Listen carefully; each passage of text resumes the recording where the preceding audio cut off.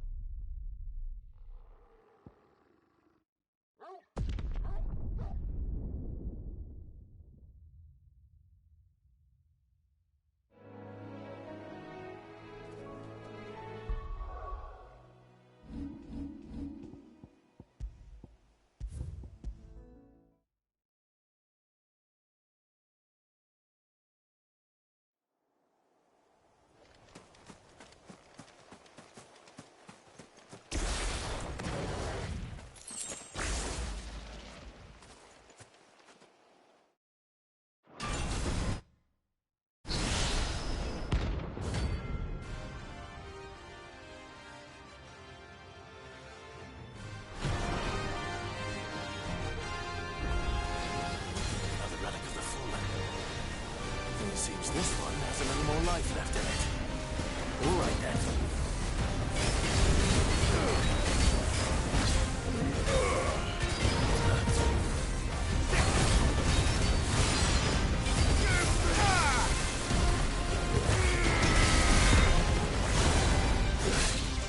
Help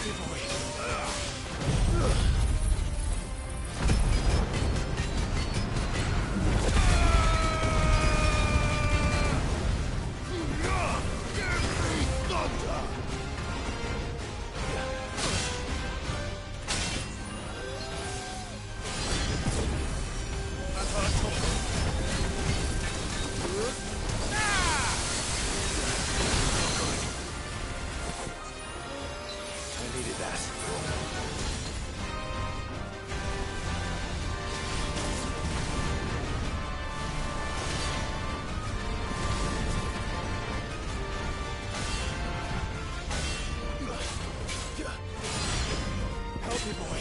Help me, boy.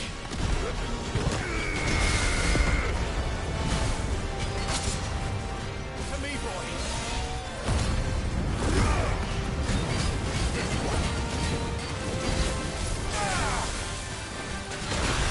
Fuck.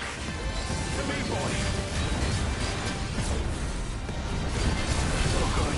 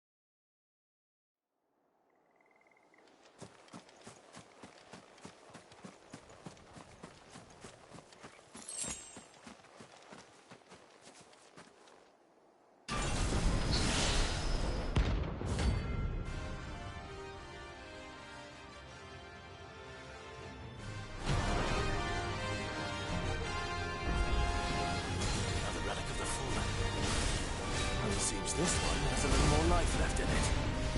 All right then.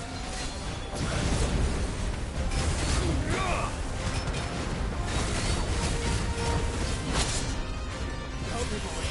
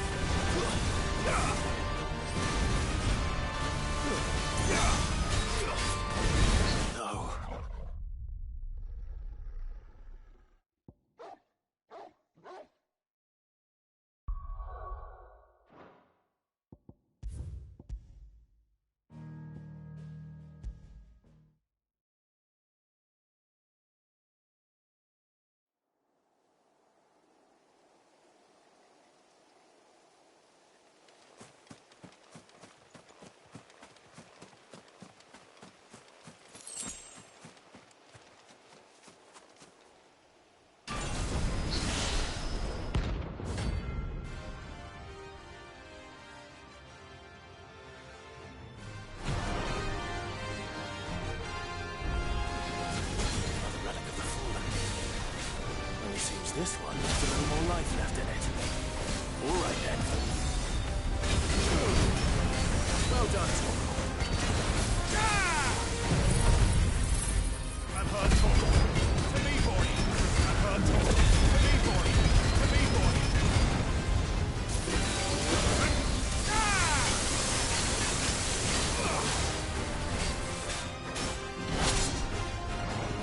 There's a good boy.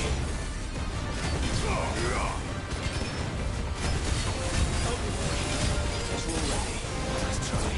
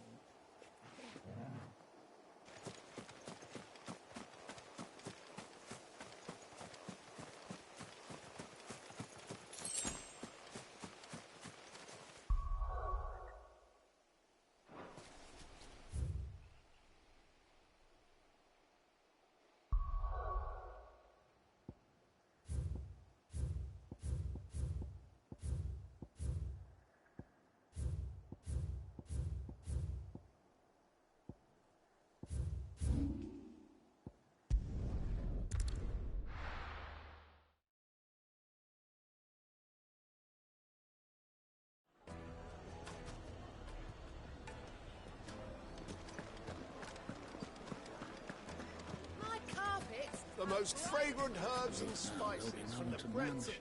Gone, just like that. And without so much as a by your leave. What's the matter? It's my apprentice. He up and vanished while my back was turned. I'd go and look for him myself, but I've got a bakery to run. A bakery that's now short one pair of hands. Loath though I am to rely on the kindness of strangers, I'm at a loss. Please, will you see if you can find him? I'll see what I can do. Do you know where he might have gone? I wouldn't be surprised if he was off somewhere mooning at Drake's Fang. He used to work there, you see. Poor fool left his heart in its hollow. All right. Then that's where I'll start.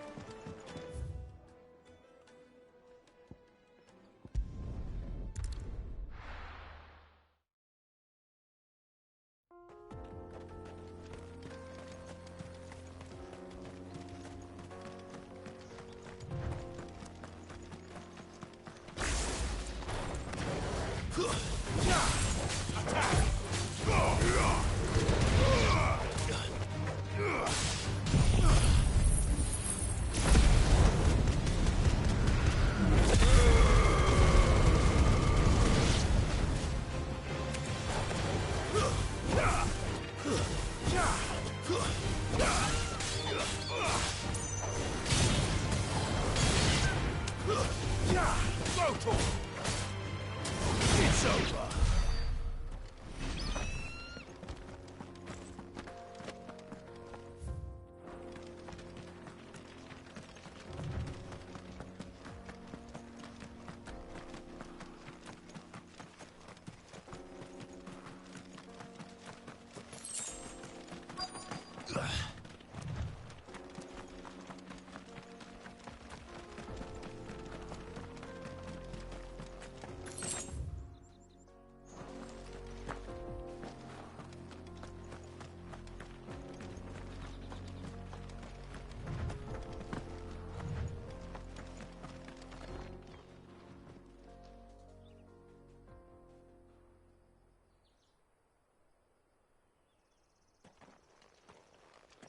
Excuse me. What do you want? The baker sent me to find you. I am a sorry, selfish sod, aren't I? I'm certainly not a baker. Master must have ruled the day he took me in. Time was the sight of the Fang used to calm my nerves. I take it you missed the Mother Crystal. I hated her, but she was all I knew. Worked her I had to trade my pickaxe for a rolling pin, but I'm no good at baking. Every loaf, she was the only thing that could fill the hole inside, but now she's gone. What am I supposed to ask her?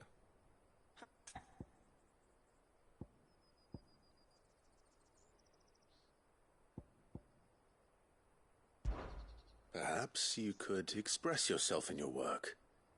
If you miss the Fang, maybe you could recapture it somehow. Recapture it? I'm a baker, not a... You know, you might just be right. What a fool I've been! I have to get back to the bakery right away. Wait.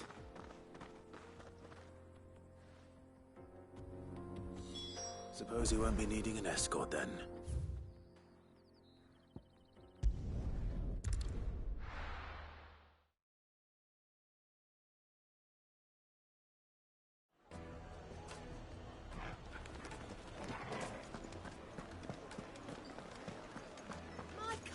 Take a sniff, good sir. You'll be Ah, there you are. The man who lit a... Though I worry you might have stoked the flames a little too high. He damn near ran me down trying to get to my oven. Master, it's ready. Behold the Drake's Balm. A truly unique creation. I dare say it is. Just look at it. A perfect likeness of the Fang herself. her steepled peaks, her fulsome spurs, her inviting hollow. True, my loaves collapse more often than not, but what's the Fang without her crater? Why, no Fang at all. And look, inside. She's filled to bursting with a bounty of beautiful crystals. Salt crystals! Master, I have found my purpose. I must use my work here to preserve the memory of the Fang. Well, if it tastes half as unique as it looks, I'd certainly say you're onto something. Not only is my apprentice back, but he's finally pulling his weight. With any luck, I might even have a new delicacy on my hands. I don't know how you did it, but you have my thanks.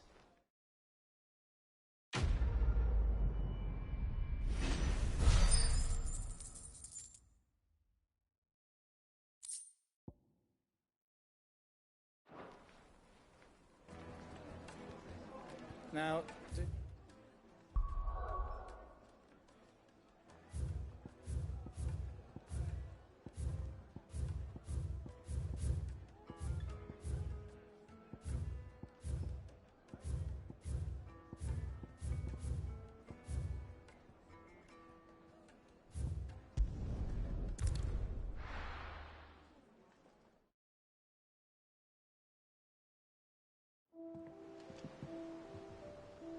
I'm telling you, it's true. I heard it from Otto's own lips.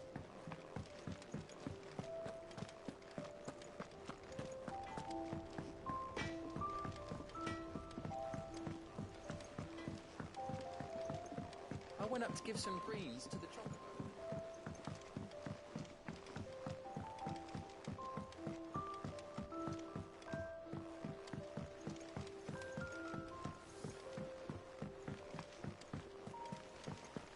Editors started reading books that don't have any pictures in.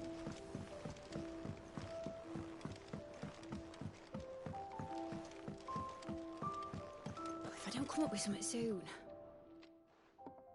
All right, Clive? What do you want? I'm going to visit Sid, and I thought you might like to come with me. Sorry, I'm too busy for all that right now. I've got to get this thermal displacement stack sorted. Thermal... Displacement stack. Here. And this is for... Only the fastest, finest ship the world has ever seen. The Enterprise. Me and my dad designed it together. Where other vessels rely on the fickle winds to drive them through the water, ours is fitted with mithril engines. And those things have got more push than a behemoth in a bad mood, and more heat than all the hells put together. Which is where the stack comes in. I may have already talked some tight-lipped shipwrights into putting the hull together for me in a little dockyard in Canva. But the stack's a bit more involved, so I'm building it here.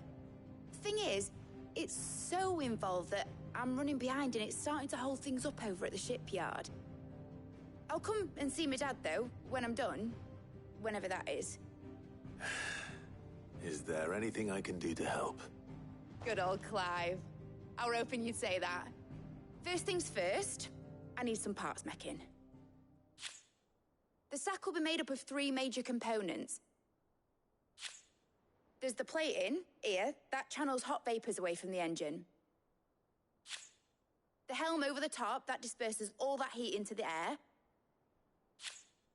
And the shielding around the sides. That stops the rest of the ship from going up in flames. A full suit of armor, then? Probably best to take it one piece at a time. Then you'll need to start with the plating. Everything else fits onto it. I've got the designs and the list of materials here. Show these to Blackthorn. He'll know what to do. I can't make head nor tail of them. Luckily, you don't need to.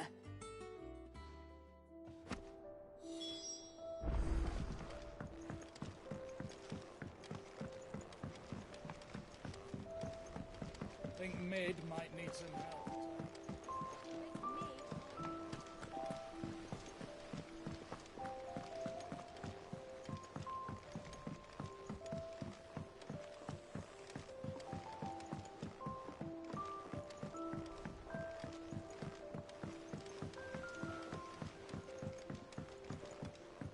went up to give some greens to the chocolate.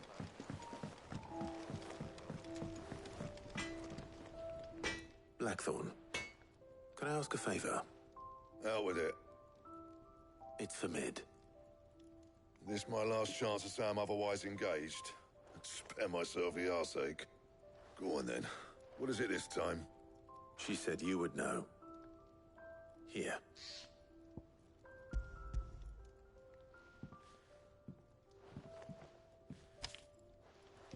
Krieger's teats.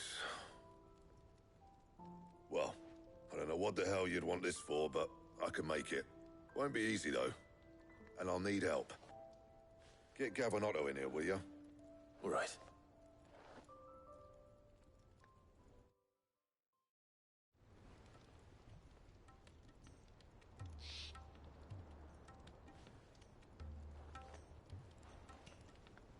So Mid's roped us all in here again, has she? Typical. Still, if that's what it takes to get her to visit Sid's grave, I'll do what I can. And, what is it we need to do, exactly? Take a look at this. It's this plating. The usual saw-grade steel won't work. We need something that can get very hot, very fast, and still keep its shape. That means an alloy. Something that won't break or buckle at the temperatures she's talking about. Which is where you lot come in. I need materials, and I've got my work cut out already. You'll have to fetch them. Now, there's a special kind of sand I'm after that you can only find out in the Velcroy. Stardust, they call it. As for the rest of the stuff, my usual supply should have it in stock. It just needs buying and bringing back here. Well, we'll get it done quicker if we split up. One of us should probably give you an hand collecting the sand. And the other can go and get the rest from this supplier. Right then. Well, make your minds up who's going where, we can get this over with.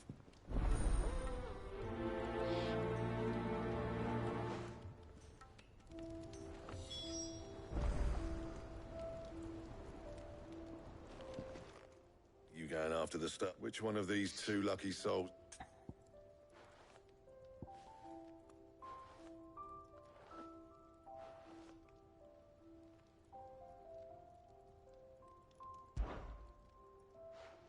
Gav, you're with me.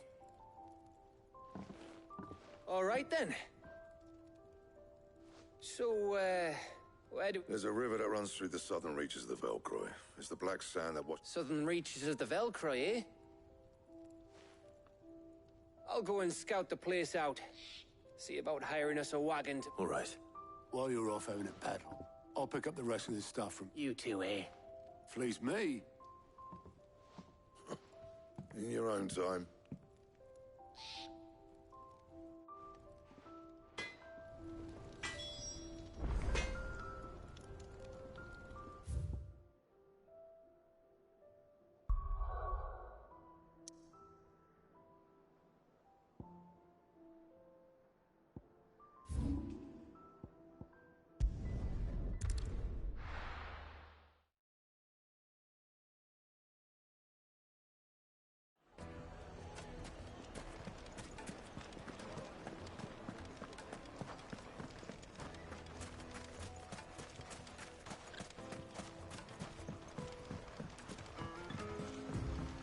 Looks like I found the river.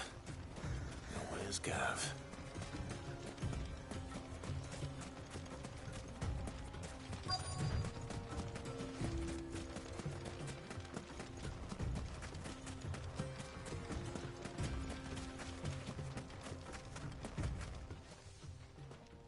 Sorry to keep you, Gav. Better late than never. I've had a quick scout about, and I reckon round here's...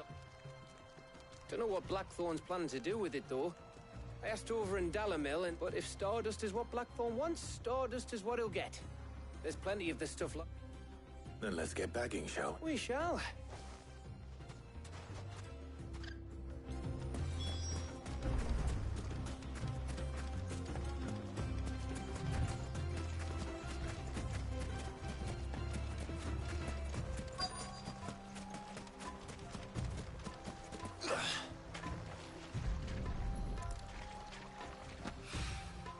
So this is Stardust.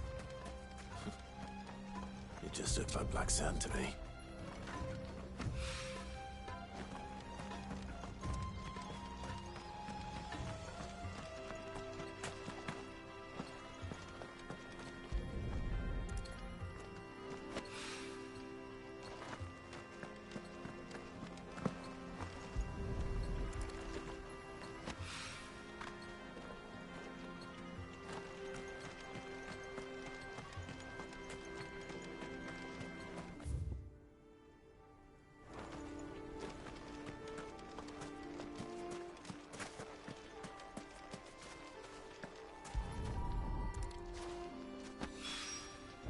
That should be enough for now. Let's see how Gav's getting on.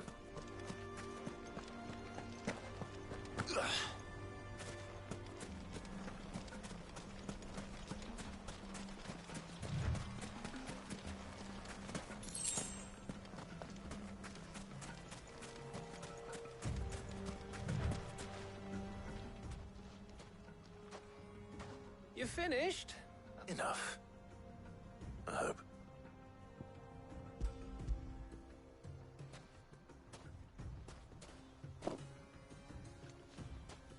Oh, you win. That might even be enough for old Black. Hey, before we go, do you mind if...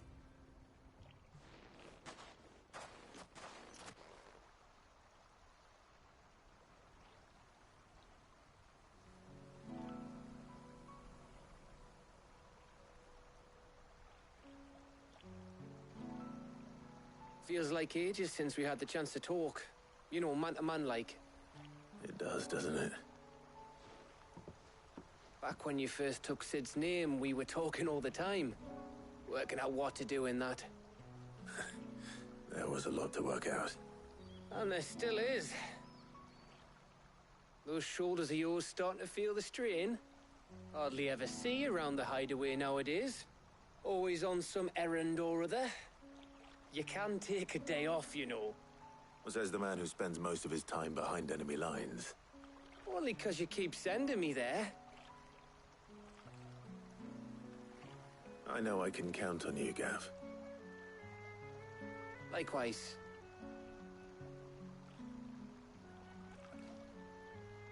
So you keep sending me wherever you need to, and I'll keep going.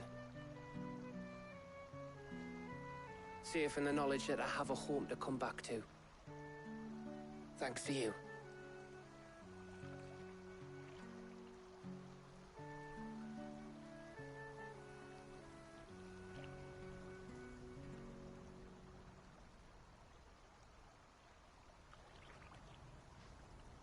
Right.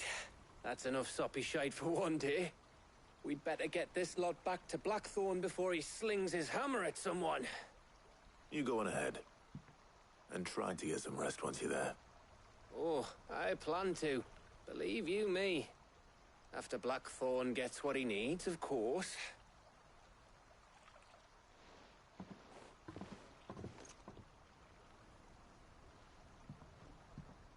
Right.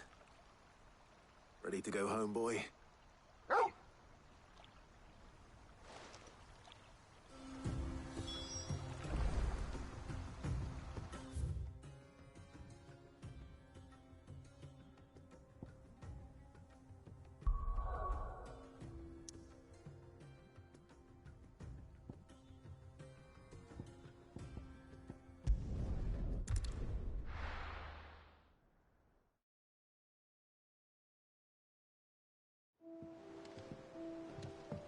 Let's hope this is all Blackthorn needs.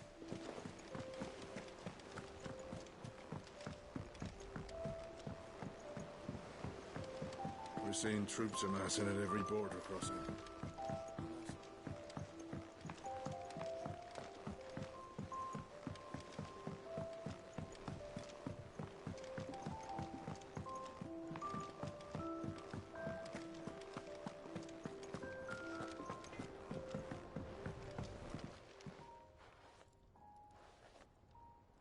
Blackthorn, got everything you need? Yeah. Yeah, I do. Cheers for the Stardust. Should be enough to be getting on with. We should go out on maneuvers together more often. You know, it beats sneaking around on your Todd all the time. I'll make a start on putting this thermal plating together then. It will take some time, mind. So if you've got other things to be getting on with, I could do without you breathing down my neck. Thank you, Blackthorn. I'll let Mid know construction's underway.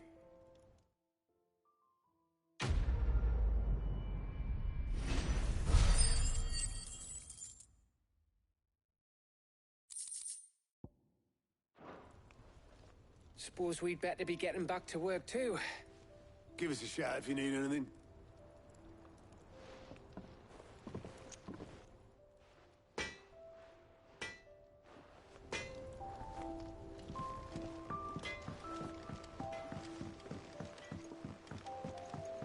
went up to give some greens to the chocobo.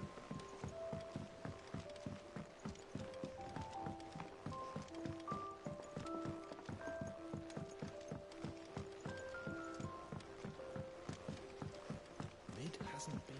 Editors started reading books that don't have any pictures in.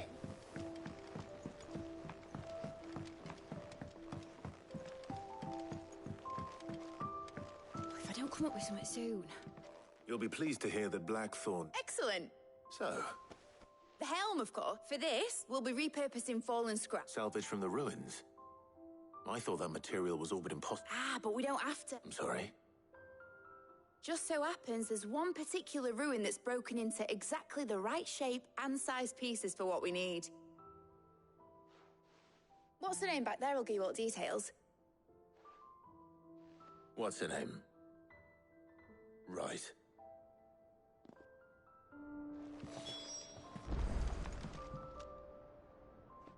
Oh, Sid, is this about the helm? Yes. Mid said I should speak with you. I'll show you the... Here you see the mithril engine, in which mithril is burned to generate heat. That excess heat is dealt with by means of the thermal displacement stack, which disperse... Now, were we to rely on thermal plating alone to achieve this effect, the rate of excess... In other words, the reactor would overheat. This is where the helm comes in. It connects to the plating, you see, and serves as a sort of thermal sink to absorb. Our experiments have shown that fallen ceramics are remarkably thermophilic. They can withstand and absorb levels of heat far above anything we are able to make today. And not only that, they're also waterproof and immune to rust, making them the perfect... Why, if sea or rainwater were to enter the reactor proper, it would vaporize instantly. The forces produced would tear the ship from stern to... You can stop there. I understand. Mid said we might be able to use parts of a... Where would I find it? Ah, yes. The thing is, well, I probably should have arranged to have the pieces we need brought here sooner. It's no longer a matter of just walking in and taking them. It's, I see. Then I suppose I'd better... Would that help? Oh, I'll gather my team and head there right...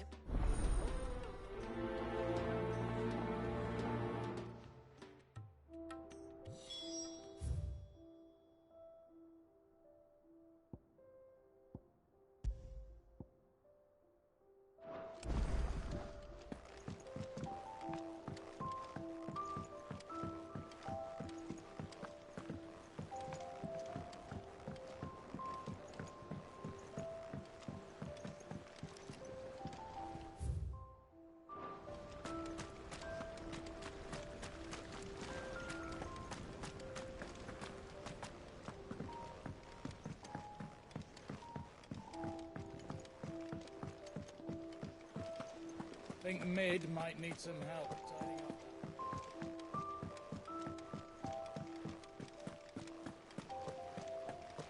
When it comes to boyish charm, Goops has an indomitable...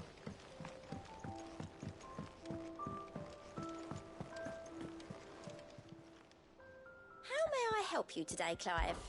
Kupka. But when I close my eyes...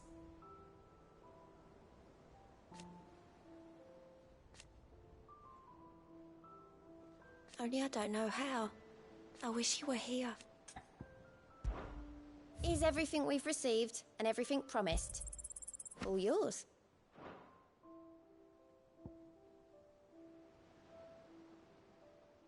Come again.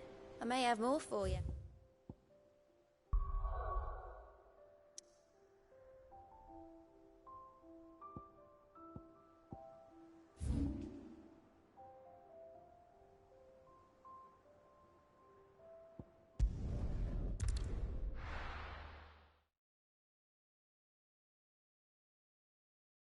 I'll be taking you all to a storehouse in the Bales.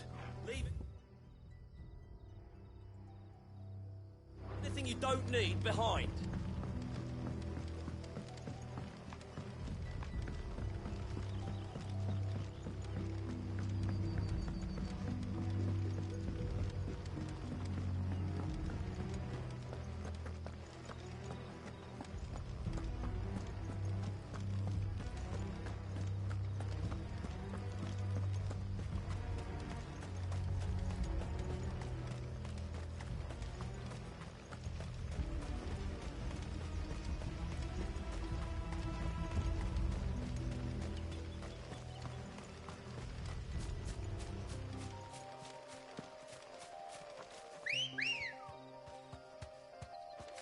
Good girl.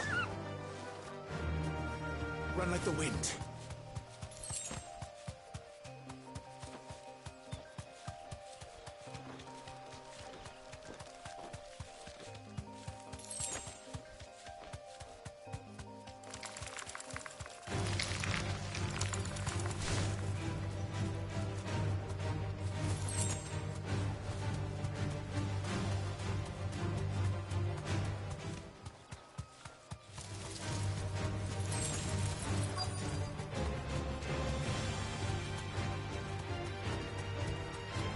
Safe.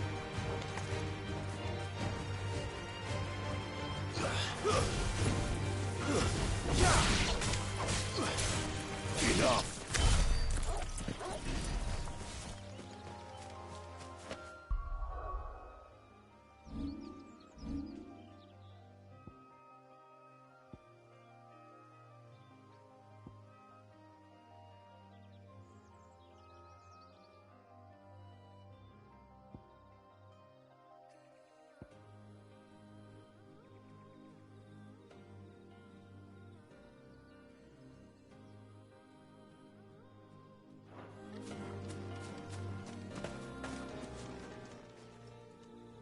Oh, there you are, Cid.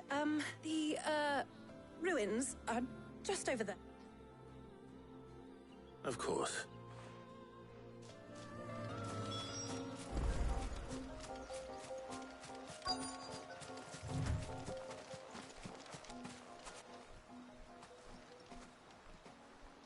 Anybody home?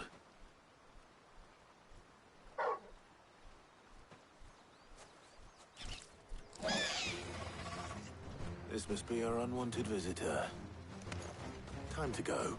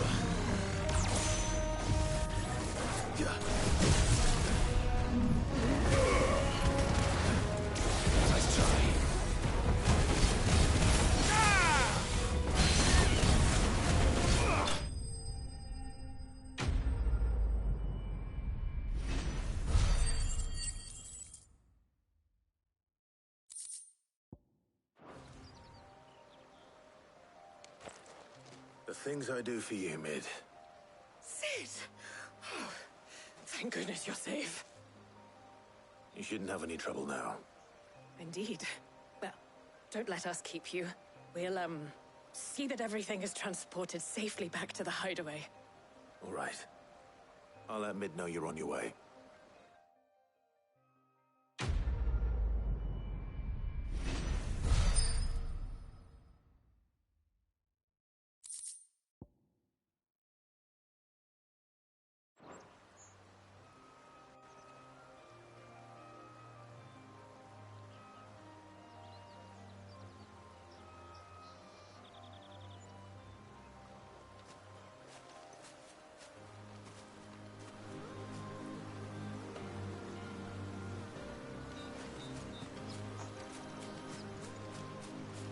Your work is done, Cid.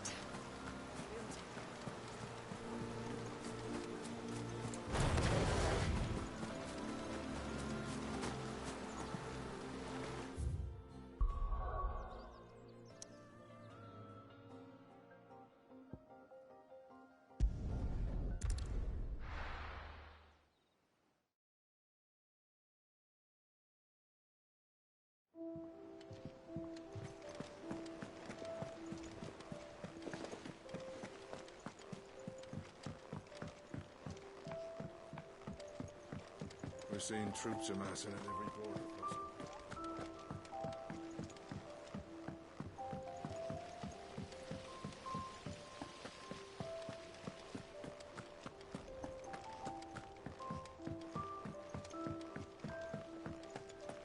Think Mid might need some help tidying up. If I don't come up with something soon. Mid. Helena has... Excellent. And just... Right. Right, the shielding. How so? The plating's enough to stop the engines going pop, but those things will still be spitting out enough fire to set the rest of the ship ablaze. Which is why you need proper shielding. A prism for the dragon's breath that's blazing away inside. I thought a triple thick layer of tempered steel might do it. Or more of the stuff that the Fallen use, but they'd both be too heavy. The helm and the plating are bulky enough as it is. Add any more weight and the whole ship would be at the bottom of the briny before we'd even started. I need something light. But I've racked my brains and I just can't think what would do it. Well, if I were in need of obscure knowledge, I know whose counsel I would seek. Harpocrates. Tomes? Yeah, well, I'd thought of that, obviously. I've got all the details written down here. Can you take this to him, see what he makes of it? Right away.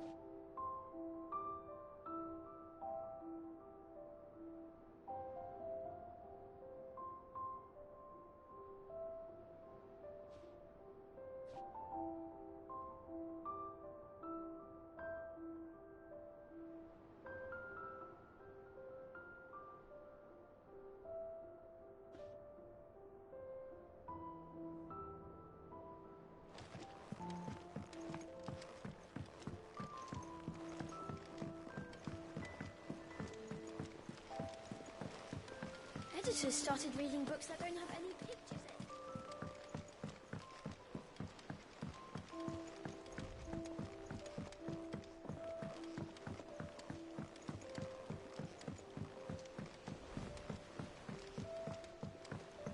I went up to give some greens to the chocolate.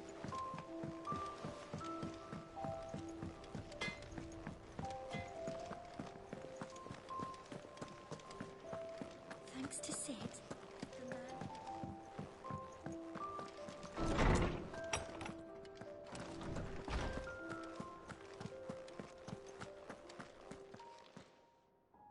Hippocrates, do you have a moment? For you, Clive? Always. Well, actually, it's for mid this time. Could you take a look at this?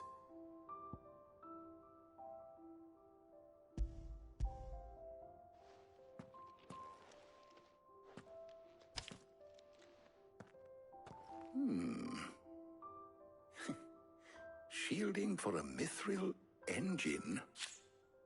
Whatever will that girl think of next?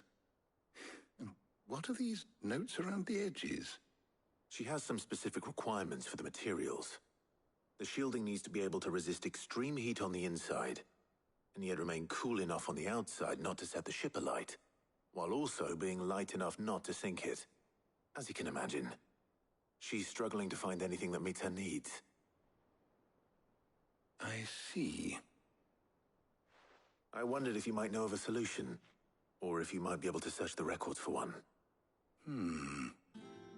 Perhaps it is not a different material she requires, but a different approach. What do you mean? Consider the lake we have made our home. Its blighted waters eat away far more quickly than fresh water or even brine, at timber and steel alike. And yet, we have made a home here from those very materials nonetheless. We have. But Bardolph must varnish every board twice over to keep it from rotting.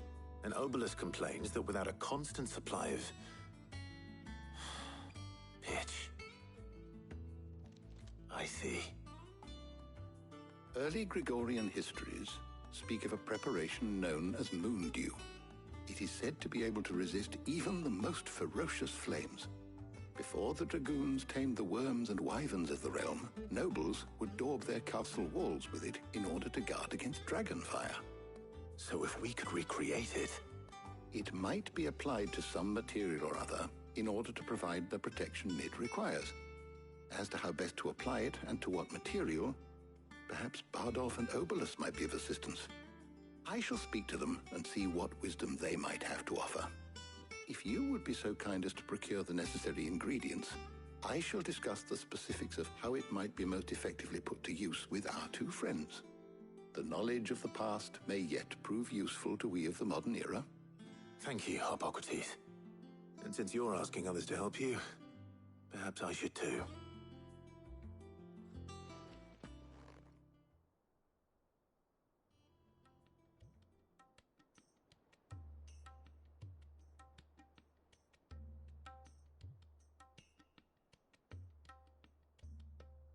So you need a hand, do you?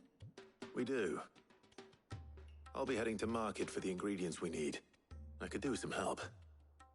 And some company, too. The other can assist me in researching how best to prepare the shielding itself. Can we count on your aid?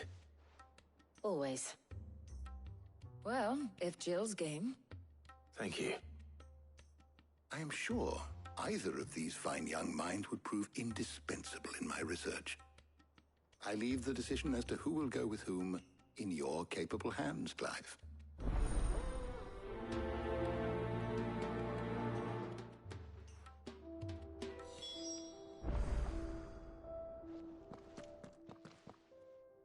So, Clive, who will accompany you on...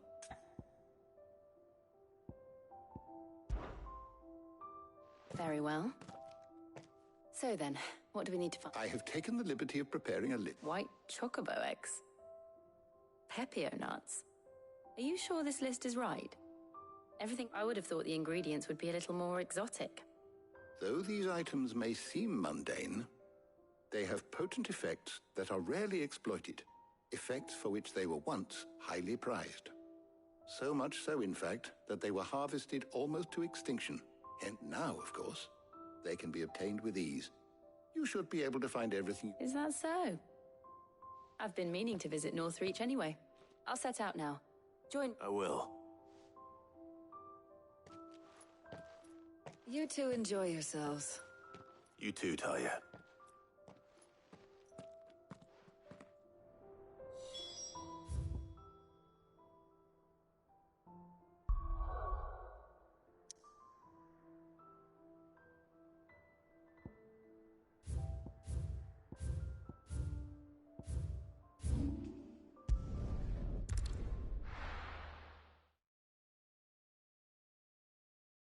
Now, where's Jill?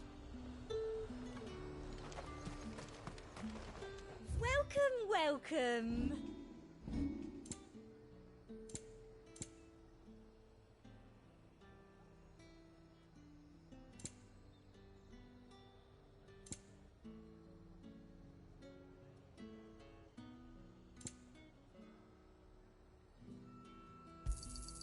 You've a keen eye.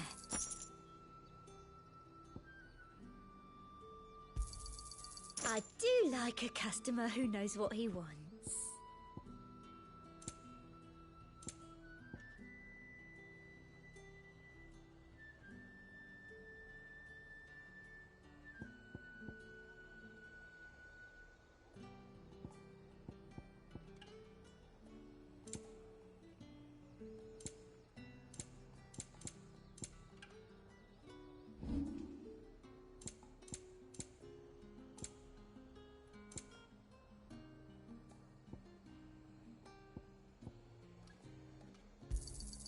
That's the best I can do. Thank you. I doubt you'll get more than that in the capital.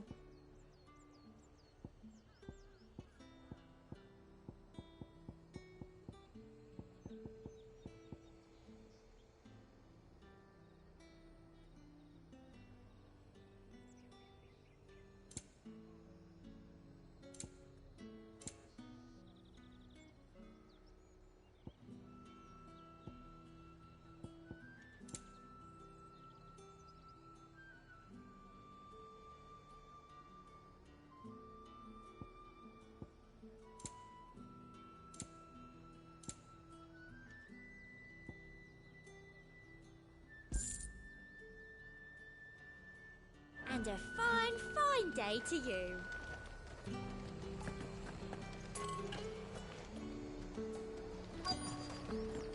Keep them pilchers nice and chilled. Pepio nuts? How goes the hunt for ingredient? I'm sure everything we need is somewhere amongst all. Why don't we split up and see? We'll take a couple of... All right. How about you look for the Pepio nuts and some garlic? I'll find the other things we need. Up! You'll not find a bruised pippin in the... Fresh cuts! Come and get them before... Any friend of the innkeeper is a friend of mine. Keep fighting the good fight.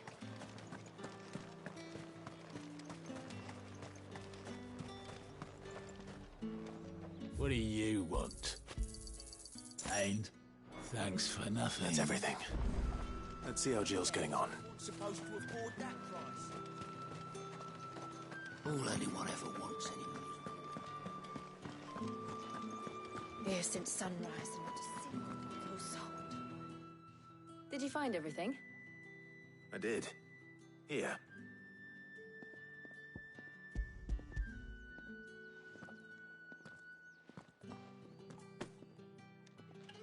Garlic and Pepio nuts. Perfect. Now all that remains is for Harpocrates to somehow turn all this into what But before we head back, would you walk with me a while?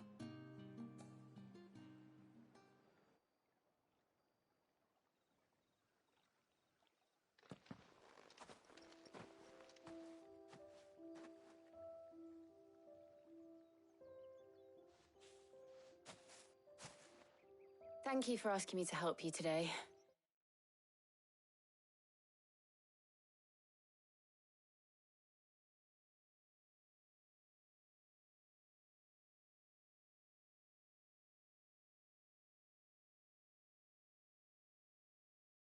makes a nice change. It does. It's good to get away from all the battle and bloodshed for once. Just being here reminds me of when we were children. Do you remember? Walking down Market Street in Rosalith, taking in the sights and smells. How could I forget? What with Torgal's antics. Remember how his nose would prick up at the scent of sausages? He'd go racing away and we'd have to go running after him. We wouldn't catch you now, would we, boy? Was there anything you wanted to buy for yourself while we're here? There was, yes. Well, sort of. Molly in the kitchens told me about a place that sells particularly good pies. Thought you might like to share one with me. I would. Thank you. And I saw some bread.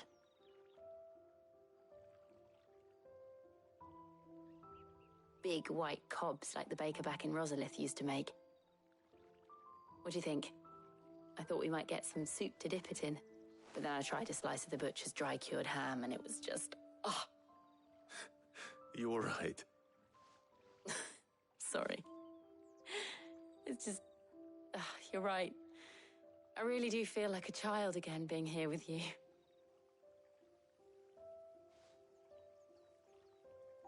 Clive. Is it wrong of me to enjoy this? No, Jill. This is how life should be. And it's how our lives will be when our work is finally done. When we can live on our own terms. I hope so. Thank you, Clive.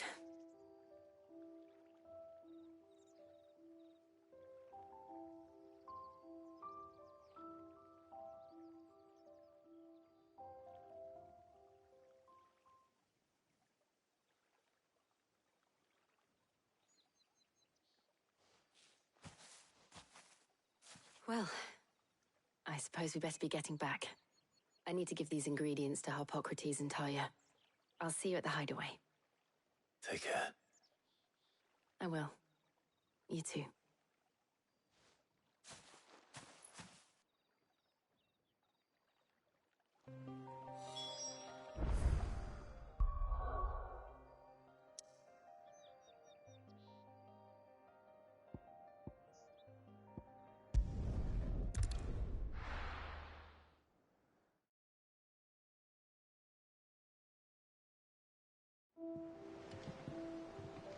I wonder how Harpocrates is getting on with the moon dew.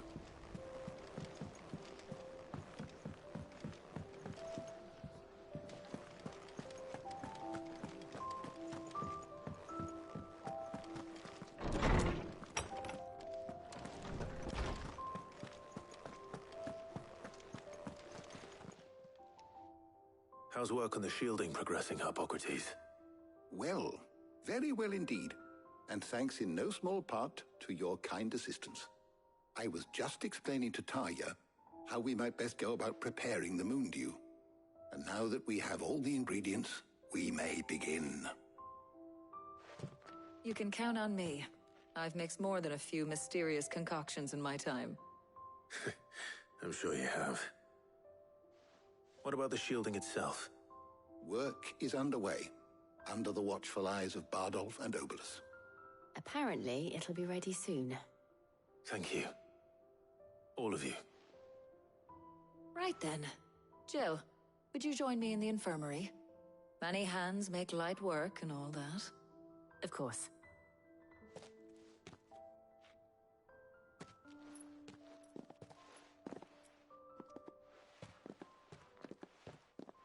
Oh, and Clive, thank you. It was nice, just being with you.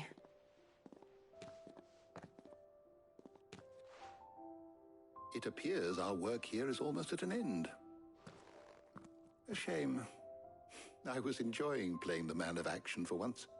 When both the shielding and the moon dew are ready, it will merely be a matter of applying the one to the other.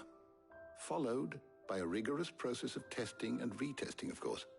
Perhaps someone ought to warn young Mid of that. Leave it to me.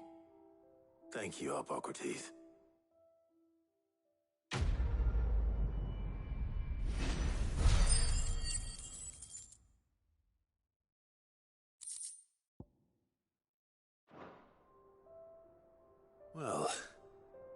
I'd better go and give Mid the good news then. How good it is to see you, Clive. I have compiled some new entries, if you would like to see them.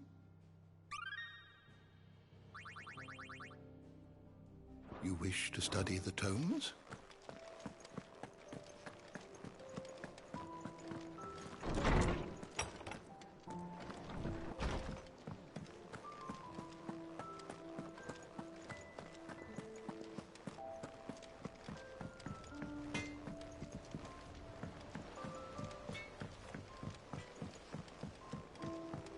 I went up to give some greens to the...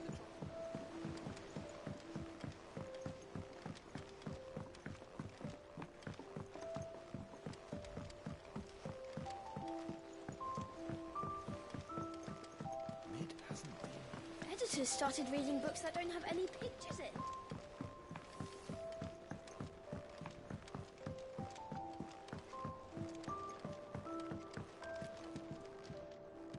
Sorry to keep you waiting, Mid. But you'll be pleased to know that work on the shielding is underway. You found something for it? In a manner of speaking, Hippocrates knew of a substance that's highly resistant to heat. A coating that should provide the protection you need. He's supervising the construction and testing of the shielding as we speak. Brilliant! I knew... Don't thank me. Right then. Better start working out how to bolt all these bits to the black hat.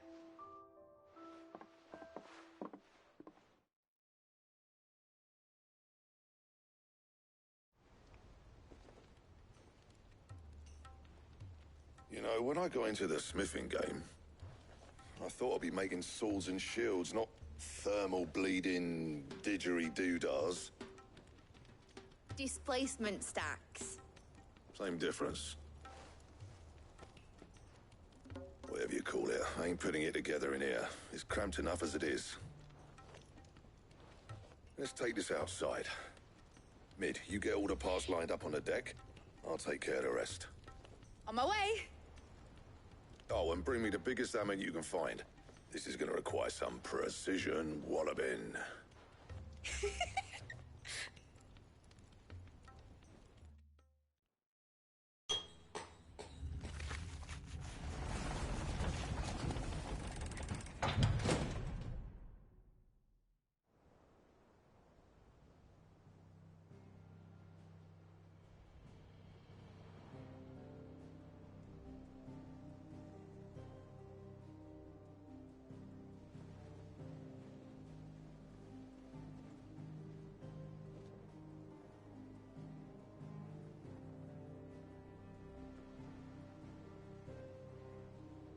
It's finished! It's finally finished! Thank fuck for that. I'll be feeling my hammer arm for weeks. Thank you, Clive, Blackthorn, everyone. That's one down and just 3 more to go. I'm sorry. Oh, didn't I tell you? The Enterprise has 4 mithril engines, and we'll be needing a displacement stack for each. You don't mean... Don't worry. Now they've got a finished one to work off. My gang in Canva can build the rest. Good luck to them, I say. Right, I'm off to get a sling for this elbow. Any other work comes in, keep it to yourselves, eh?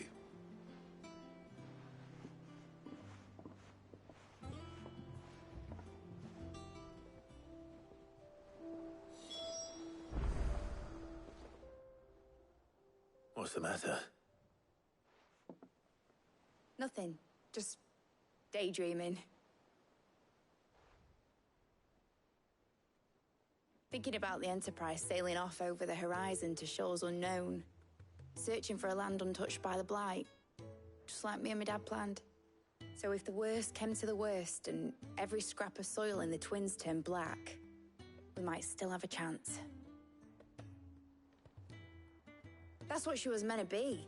You see, one last chance just in case we needed it. But now she's so close to being finished, I've realized I don't want it to be that. I don't want it to be just a lifeboat for us to cling to if things get desperate. I want people to sail aboard her by choice, not from the lack of it. In a world where we're not just trying to survive, but where we can actually live. I'm working on that. And I'll do everything I can to get you what you want. Don't you always? All right. My mind's made up. As soon as the Enterprise is fit to sail, I'm putting her under your command. Sod our plans, I'm trusting in yours. Are you sure about this? Something tells me it's what my dad would have wanted. He'd be proud of you. You were gonna visit his grave, weren't you? I was. And you can come too now that your little project is finished.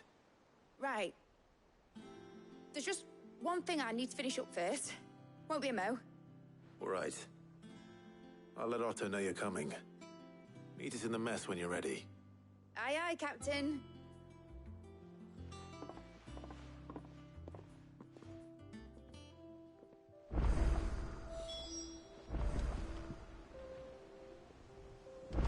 Mid told me she was building a ship. Really? That's a ship?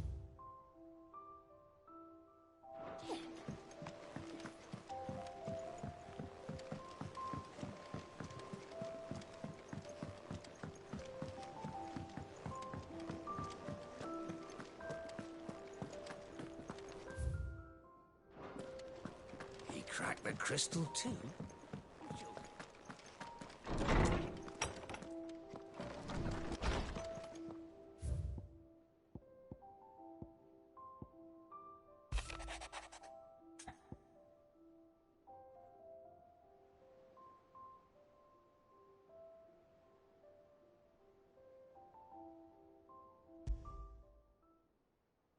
Trouble with the ledgers.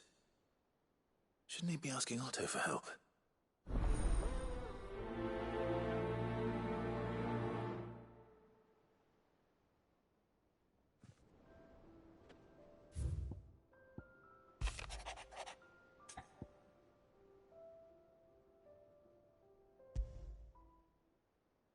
What could be wrong with Torgor? He seemed well enough when I last saw him.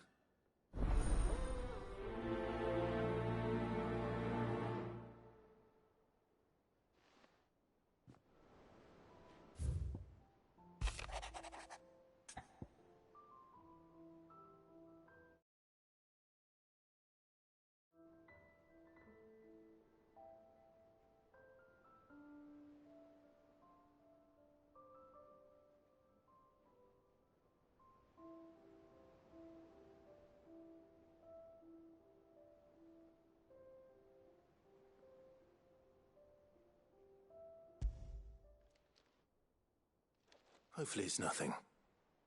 But I should speak to Blackthorn just in case.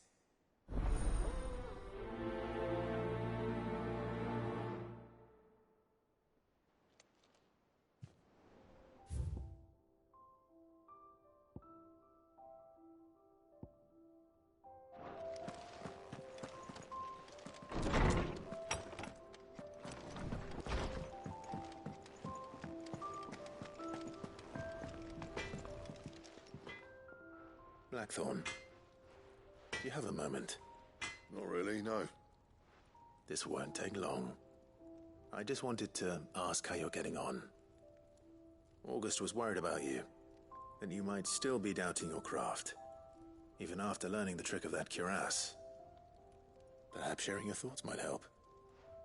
That bastard's like a... Still, you got a keen eye, I'll give him that. He's just, well... Karen's... And that was? A sword. An odd-looking thing with a single-edged blade. The metal itself wasn't anything to write home about, but fuck me. The edge on it. You could slice a man clean in two with a weapon like that, and he'd be halfway home before he even realised he'd been cut. So that's what's troubling you? No. Not troubling me exactly. More distracting. Can't stop thinking, how do you get... And if you knew how to do it, we could arm the curse breakers with even better blades. That's about the size of it, yeah. I'll see what I can find out. Sharper swords or and we can't have our master blacksmith being distracted. You're a soft touch, you know that. But I can't say I'm not grateful for it. Thank you. Let's see what Karen knows about...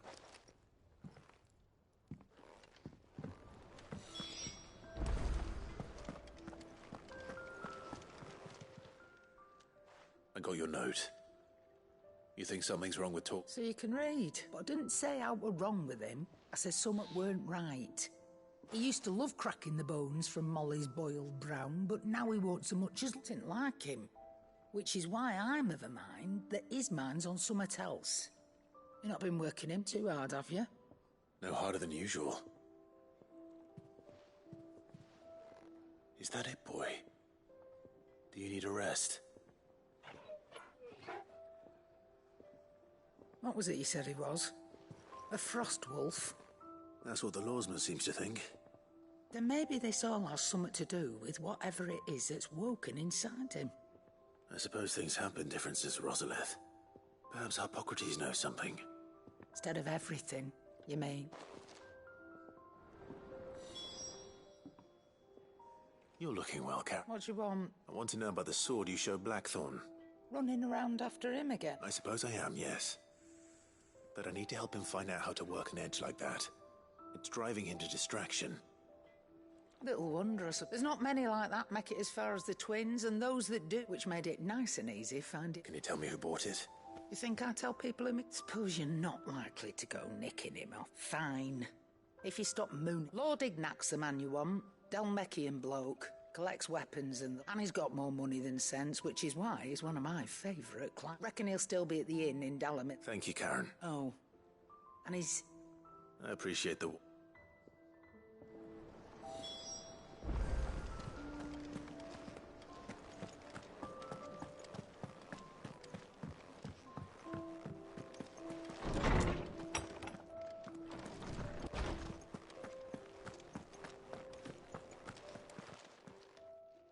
Lawsman, I need to ask you about Torgal. He isn't ill, is he? I don't think so. But according to Lady Karen, he seems to have lost his appetite, which is certainly a new development. She says he's hardly been touching his bones of late, and she believes it may have something to do with what happened at Rosalith Castle.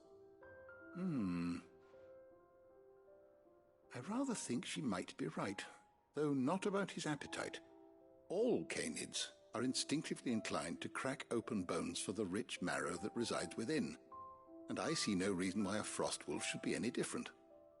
Accordingly, I suspect it is not a lack of appetite that afflicts Torgal, but a surfeit of it.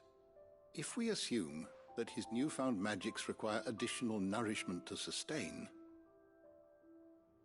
it may well be that the bones Lady Karen is accustomed to providing are no longer sufficient. Frost wolves, after all, habitually prey upon far larger animals, whose bones may yield altogether different nutrients. As to where one might find a suitable substitute, some antelopes that graze the meadows of eastern Rosaria have been known to grow to a size more than double that of their lesser cousins. I don't recall ever seeing any that large. And little wonder. The oldest and largest such creatures rarely leave the safety of the highlands for fear of predators. The last elder antelope sighting I recall hearing about took place near Cressida, and that was long before the village was abandoned. Even so, it seems like a good hunting.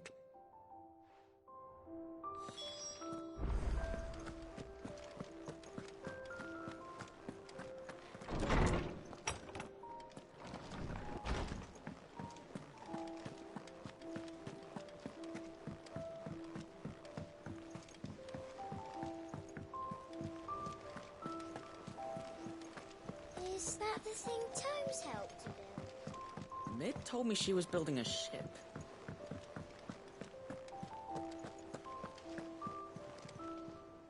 Clive. That's why I'm here. Shh. Oh, don't make me... A little. Listen. I've some bad news, and it's maybe my fault. Sadly, that square turned out... I can straighten it out, I swear, but I'm gonna need help keeping... Bit late for that, I'd say. There you are! So let me get this straight. And instead of coming straight to me, you get Clive to come to you. And I hope he'll dig you out of the hole you've dug for yourself. Clive, the man in charge of the place you've been cheerfully trying to bankrupt. And you thought this was a cunning plan. Why?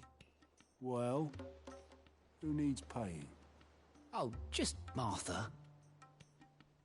and the dame, and, well, Lady Karen, but only 500 talents.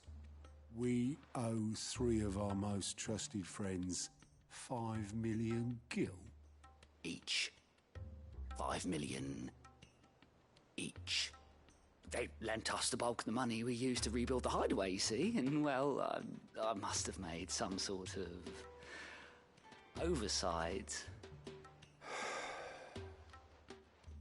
Those ledgers were my responsibility, and it was my decision to entrust them to you. This is my fault. Do we have that much to hand? I can always ask my uncle. No, we don't. And no, you won't. We've lightened Lord Rosfield's purse enough. After the king's ransom we had off him, he deserves better than to see our begging bowl. Besides, we'll need to learn to stand on our own if we're gonna make this work. All right. But that doesn't mean you have to shoulder the burden yourself. Is there anything I can do to help? There might be. How'd you fancy taking these to Martha and the dame? Rocks. Rocks, he says. Worth 1,000 talents apiece, these are. A little something Sid and I set aside for when times got lean. And I reckon 15 million in overdue debt probably qualifies. I just hope our associates' eyes are a bit more discerning than yours. I'm sure there will be. Should be me making the rounds, really. But you know how it is with this place. Orders to bark, arses to wipe, and all that. I know. Which is... Go. Do you know why I only gave Master Clive here 2 star rubies? Because you'd rather Lady Karen killed me. Because I'd rather Lady Karen killed you. Yes. Well, I suppose this is goodbye then. Don't worry. I'm sure Karen will understand. Really? Do you think so? No, I don't.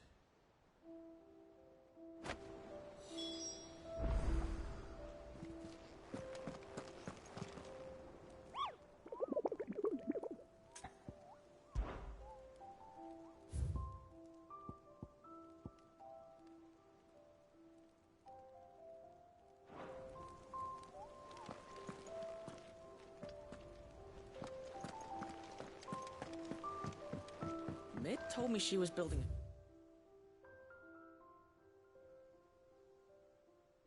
a ship.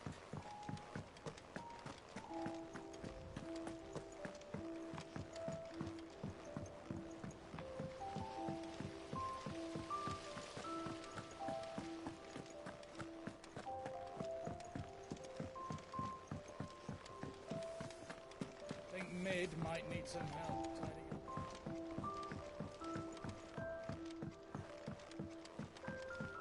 Well, that's it. Here, Sid. Reckon you might be... Let's hear it. Well, it's about this alembic the chief's got me, mate. Lovely bit of kit, yes. Bung in a solution you want splitting, and it will separate it out. Just problem is, it won't always get rid of all the impurity, which is why I've been looking for something to filter the liquid we'll be cooking. I imagine Ty could get some use out of this alembic too. Distilling... Proper...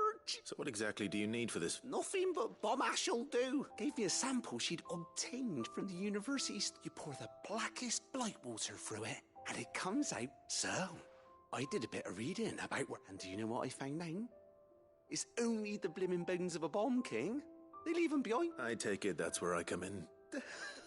I saw a billet on the hunt board. Would have gone myself, but, well, fighting dirty great balls. All right. Thank you, kind.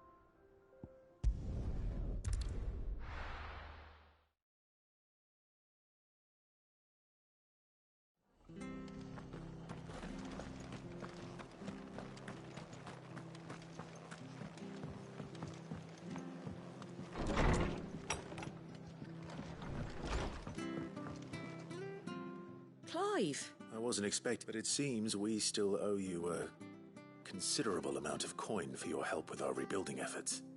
And though I doubt it's what you were expecting, we were hoping you'd take this as payment.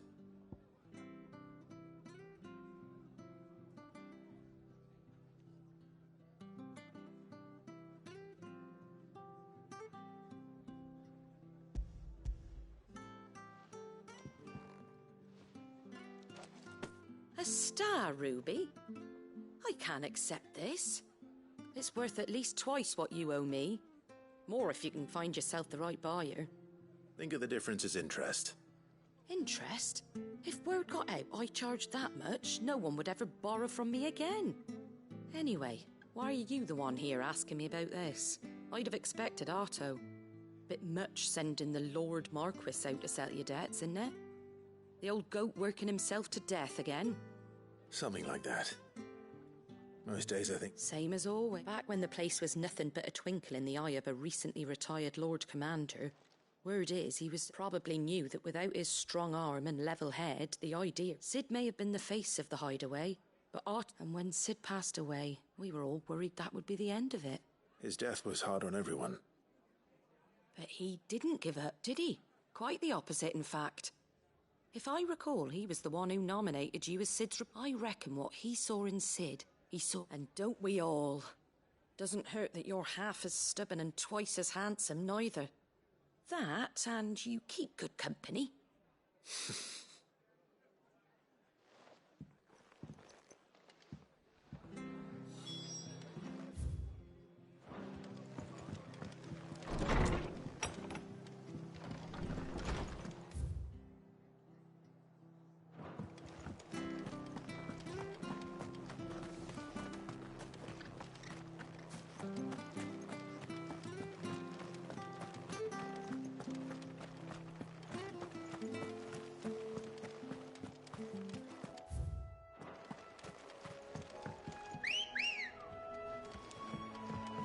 Good girl.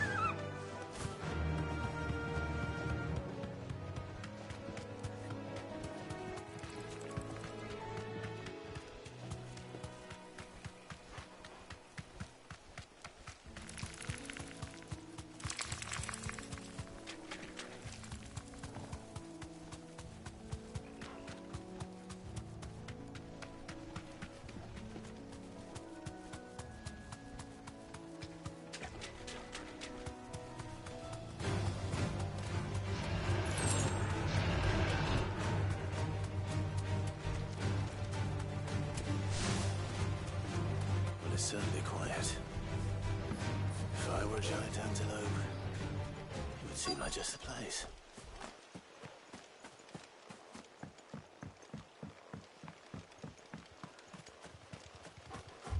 I doubt we'll find one bigger than that. You hungry, Torgal? Kill!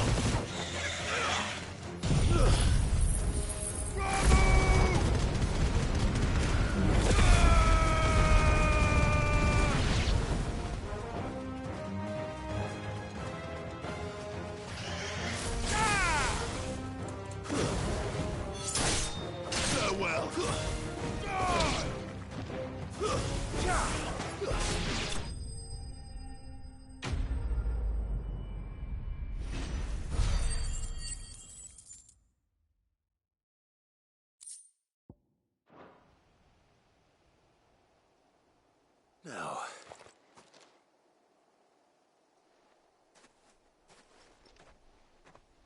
will it be enough, I wonder?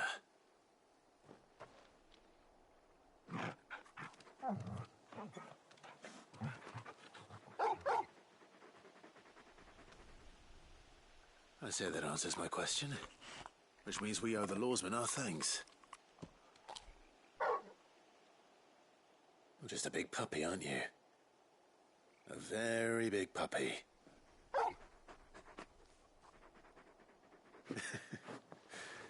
You do know you can take that with you, Torgal. Lady Karen will be relieved to hear you've got your appetite back.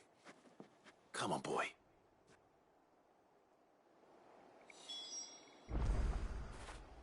Fetch!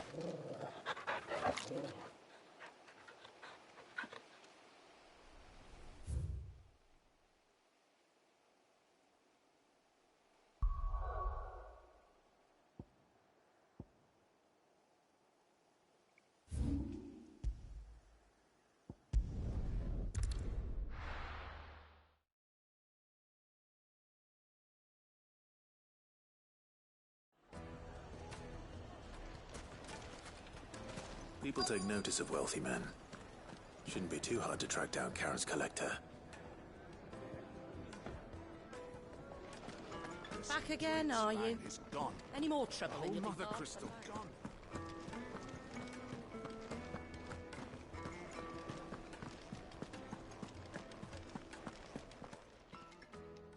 My reputation will be ruined.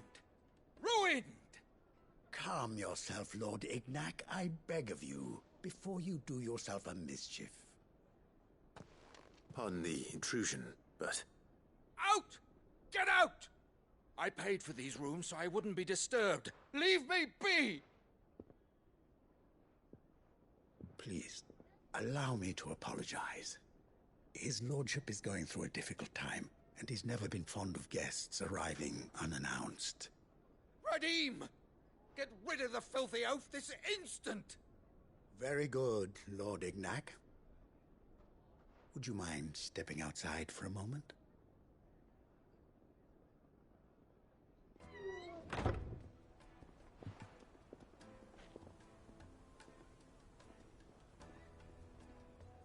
I'm sorry if I've caused you any trouble. That? No. That's just how his lordship is. Though the morning's events, he has been dispossessed of his luggage, you see. The thieves also made away with a considerable... I don't suppose a certain blade was among the... A single-edged sword. Ah, you... Then I'll retrieve Lord Ignac's luggage. You have but to state it. You are welcome to anything that is within my power. I want an audience with Lord Ignac. A few minutes should be... A condition I would be a fool to refuse. I don't suppose you saw where the thieves went. I did not, no. Though some discreet and quiet, every ill-gotten coin in Dalamal is said to... And that's where I'm headed. I shall speak to Lord Ignac in your absence. That will be very... Farewell.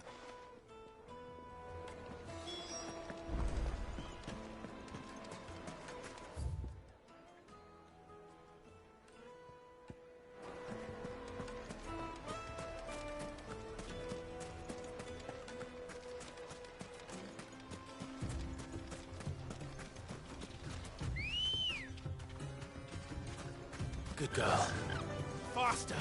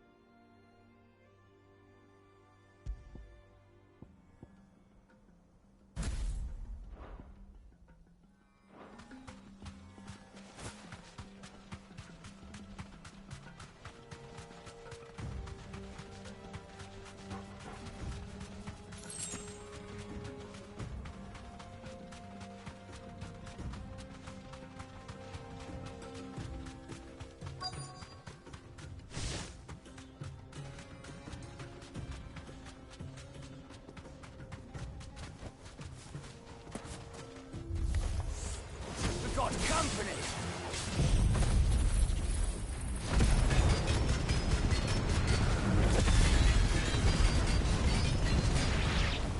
Come on, lads, let's tear the bastard's head off!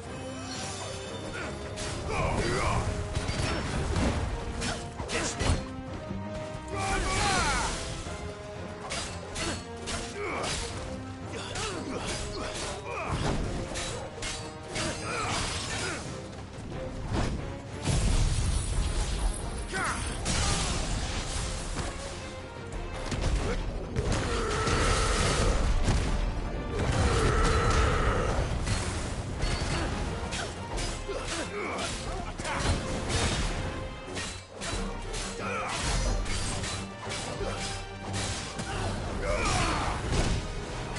Help me, boy. Nice try.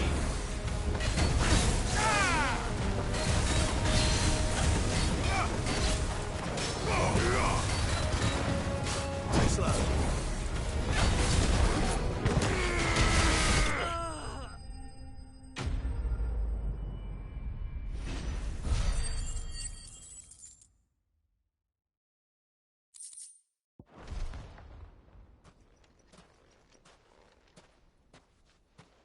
This must be Ignac's luggage.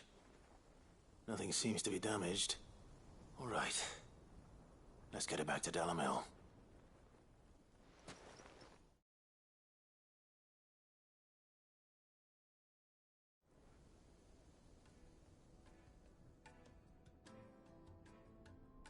I hear I have you to thank for the return. What shall I call you, my... Wyvern. Glad to make your acquaintance. A formidable name indeed.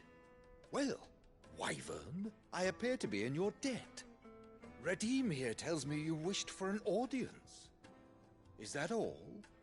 A few moments of your time should suffice, yes. You're a peculiar fellow, Wyvern. All right, speak.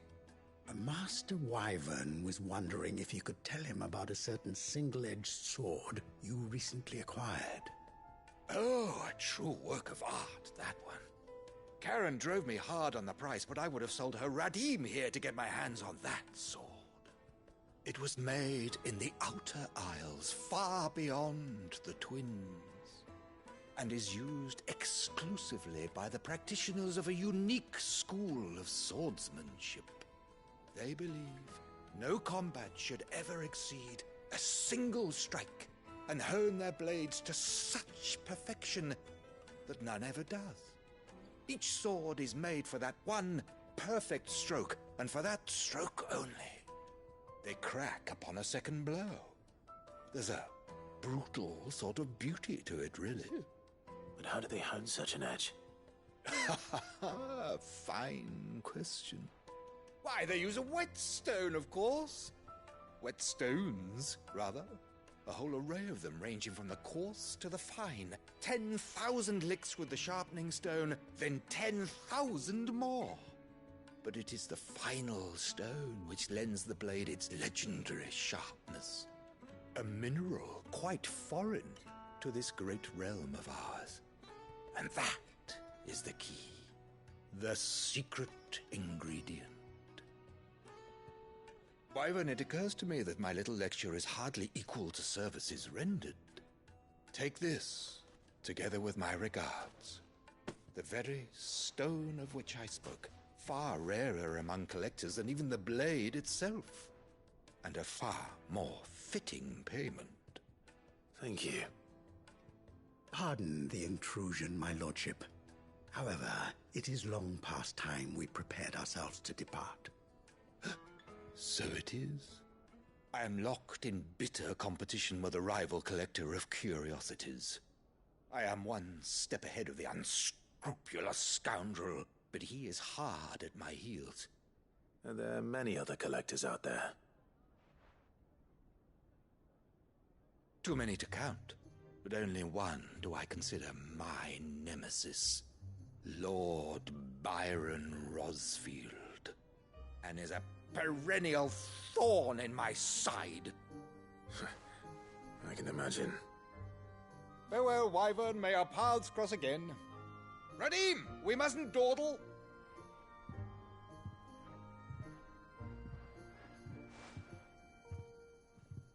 I think his lordship is rather taken with you, Master Wyvern. Thank you again for your assistance. Coming, my lordship. I'll be right there.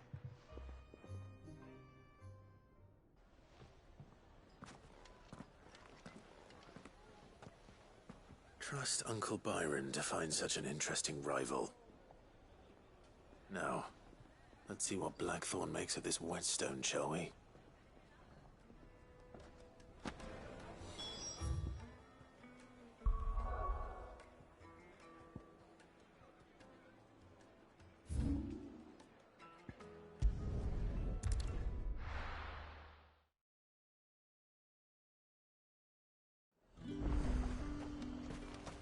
There's talk that the glass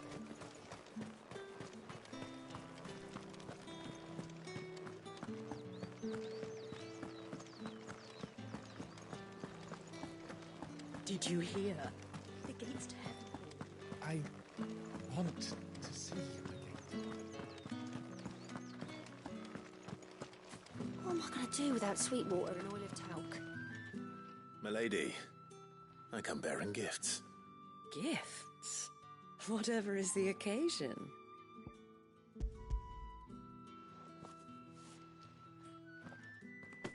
Oh my. Clive, you really have outdone yourself. Otto asked me to give it to you. To settle the Hideaway's debt with the Veil. And to compensate you for the time it took us to do so. You disappoint me, Clive. I thought you might finally be warming to me. Tell Otto he can keep his baubles. I tried to tell him as much the first time around. The man owes me nothing, nor does the Hideaway. My contribution to the restoration effort was made freely and willingly. It was the least I could do. You once told me Sid did you a kindness. I'd like to do the same. Please, accept it. For my sake. And for Otto's. For all of us. For all you've done.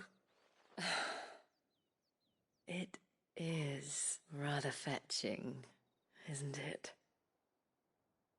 Very well. Otto is lucky to have you, Clive. I doubt anything could ever replace his son. But you and the others at the Hideaway are the closest thing he has to family. Otto had a son. Long ago, yes. Sid told me Otto lost him when he was just a boy, and blamed himself for not being able to stop it.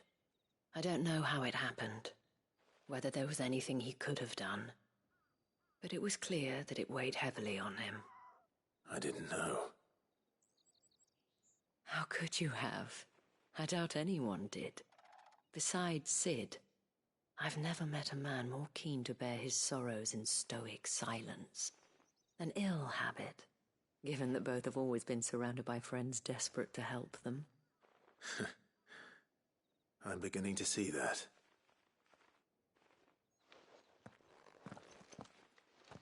Go will want to know the stones were delivered. If he's still with us.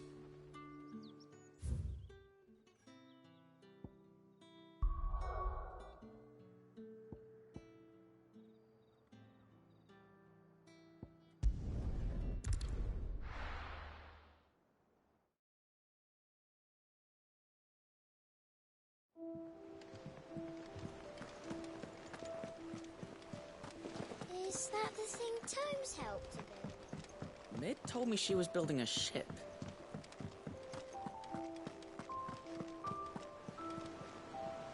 Goat. Still alive, I see. So Lady Karen accept... Ah, but she was just too stubborn to take. She threw it right back in my face, in fact, and told me I could stick... Karen refused... I hope it wasn't saying I... I'm sure you were as tactful as ever. Oh, what?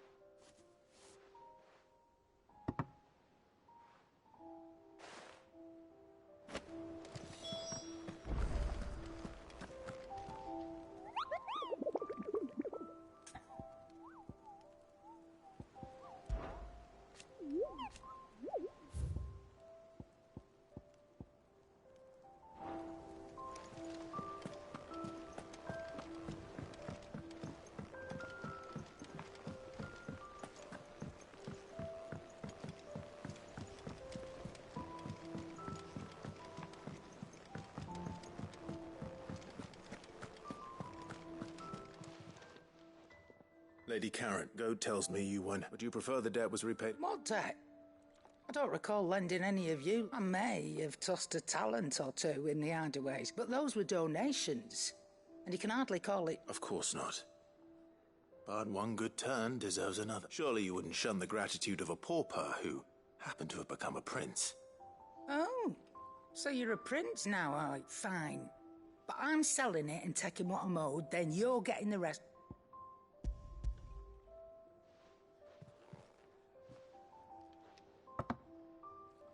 Where'd you even get this?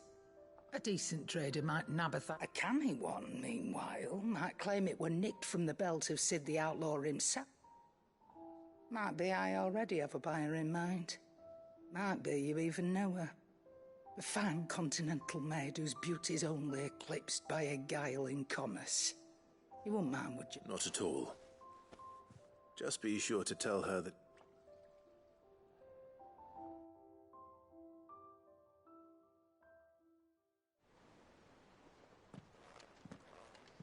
I hear you ended up delivering all 3 stones.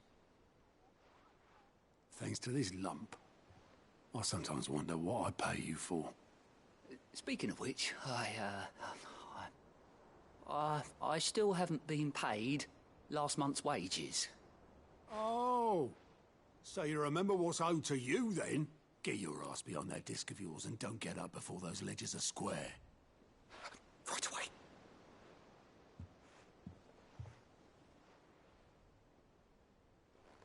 I've seen that before. Yeah, yeah. Plenty of times. It was the only goblet Sid ever used, either out of habit, or because the filthy sod couldn't be bothered to find a clean one. I knew so little about him. Like most people. Martha and the Dame both seem to have fond memories of him. I bet they do. How long did you know Sid before he... Before he died? 20 summers, give or take. Back in the day, I was a purser on a trade ship, which is where I met him. He bought passage to... I forget where. And having nothing better to do on the long nights, we sat up drinking island rum till the morning bell dragged me back to my duties. Quit my post not long after that, on account of making a fine maiden's belly fat. But me and Sid stayed close, promising we'd one day sail the seas again. That was before fate stepped in and said she was having none of it. The magic woke inside my son soon after his first name day, and there was no hiding his knack. Couldn't you and your family have... My family were the ones who summoned the constable, wanted the monster taken away. I couldn't turn my back on him, forget what I felt, and I couldn't for the life of me understand how they could. Luckily, Sid was of the same mind as me. It was him who stood beside me when all I wanted was to tear the whole world down. Him who cried for me when I had no tears left of my own. Him who swore he'd do everything he could to stop it from happening again. And he was true to his word, too. Left the Royal Army once and for all. His ranks, his ribbons, gone. Just like that. Threw away everything he had. All to right a wrong that no one else had the courage to face. I knew then I'd follow that man to the ends of the earth.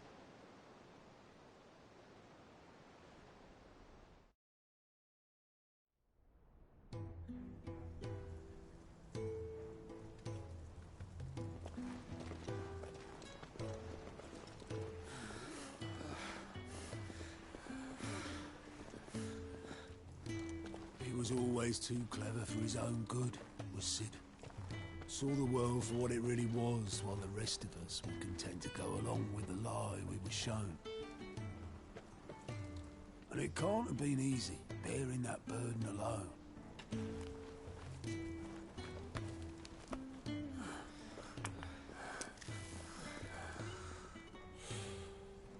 didn't let it stop him. He never lost faith in what he believed was right. And that gave us faith in him. Faith he'd steer us true.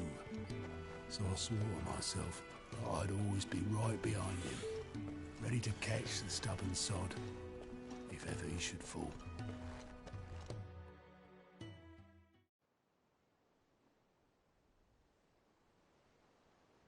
But I couldn't even do that.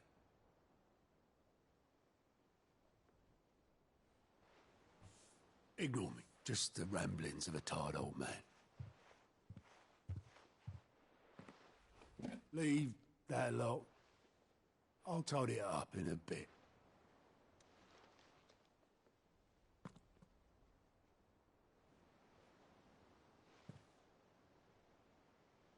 This is Sid's handwriting.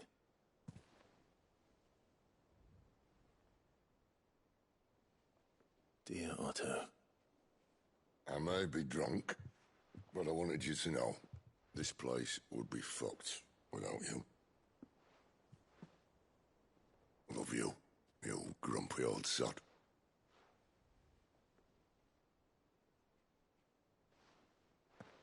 This note. What about it? Sid was right. Without you, we'd all be lost.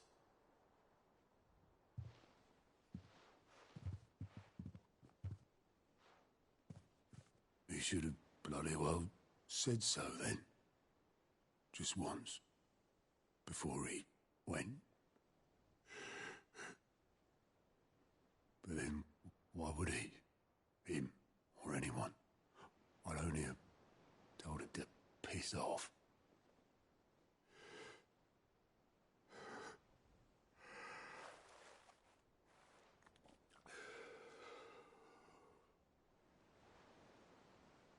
You're wrong, though. Both of you. It was never just me keeping the hideaway afloat. It was all of us. I just shoved people in the right direction. I barely seem to be able to do that anymore.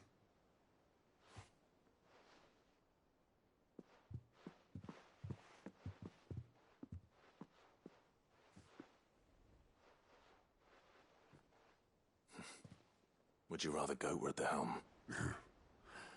Well, maybe I've got a few more years left in me. I'm going to hold you to that, Otto. Before you go, Sid would have wanted you to have this. But that's...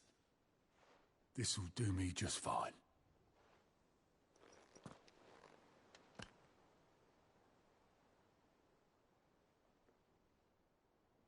Thanks for the ray of sunshine. I'll see if I can't pay you back. Already have.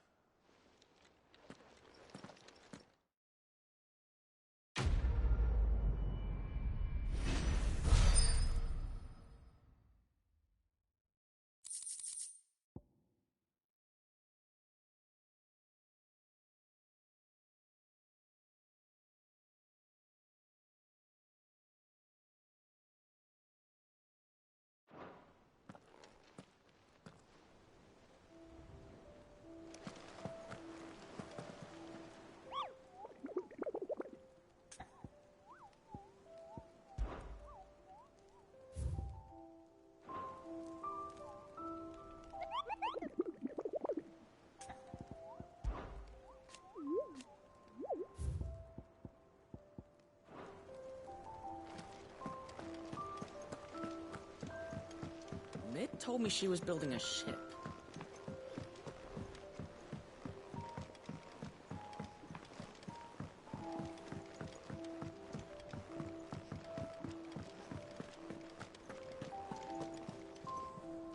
I noticed you and Torgal had gone off somewhere. Take him through.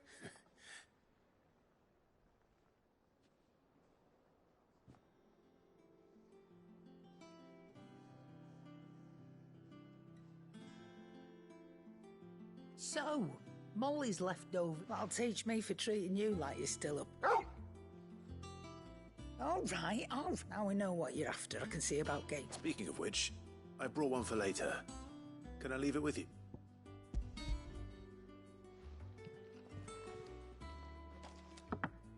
You can, aye. And in return, you can thank Tomes. I was just on my way to see him.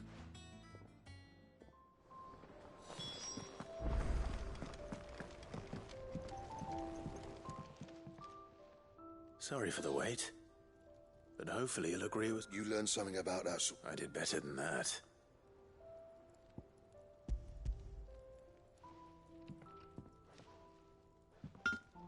A whetstone? Yes. But not one you'll find anywhere in Valisthea.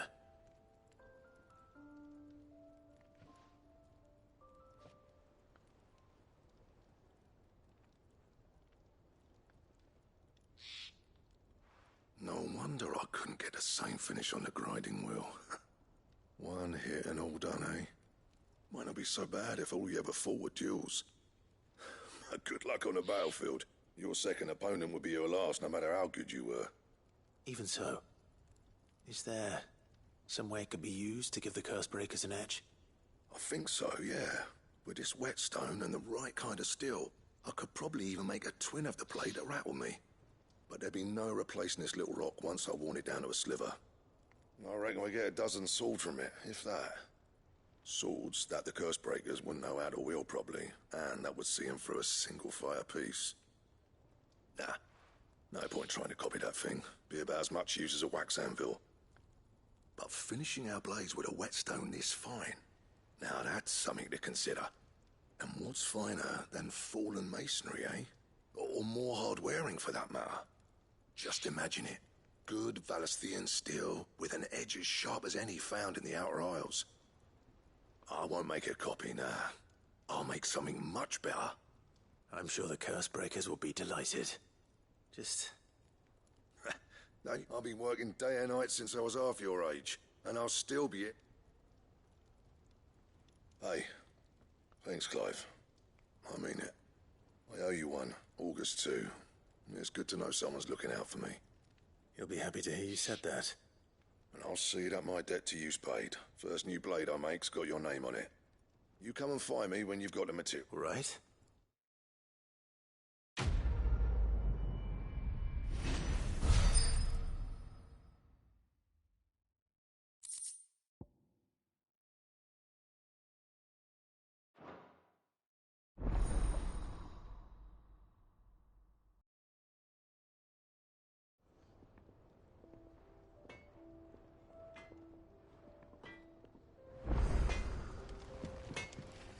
Clive?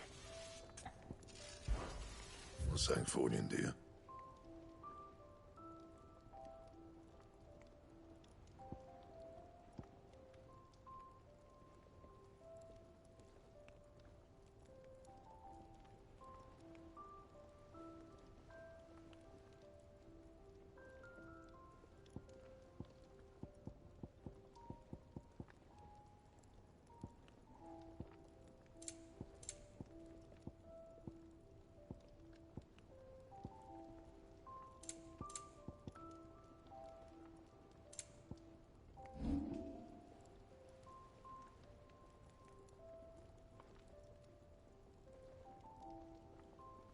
And?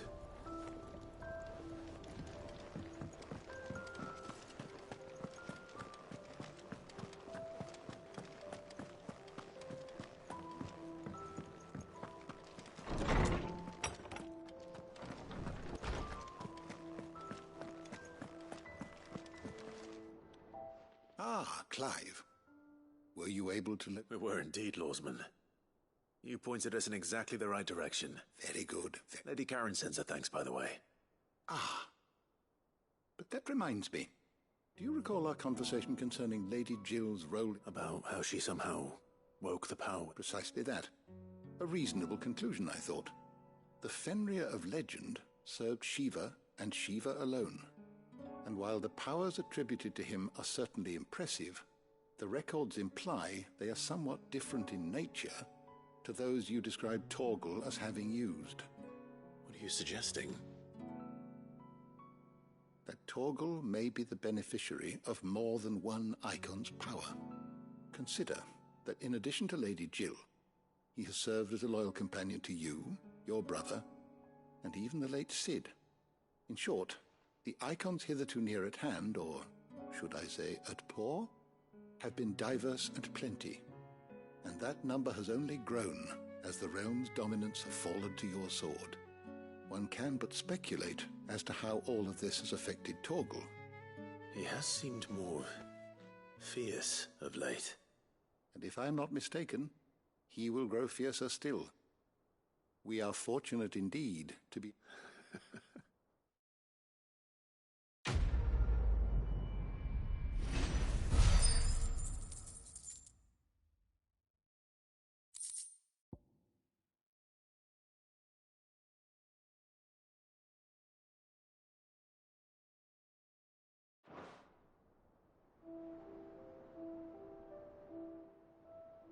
My knowledge is yours. I have compiled some new entries, if you would like to see them.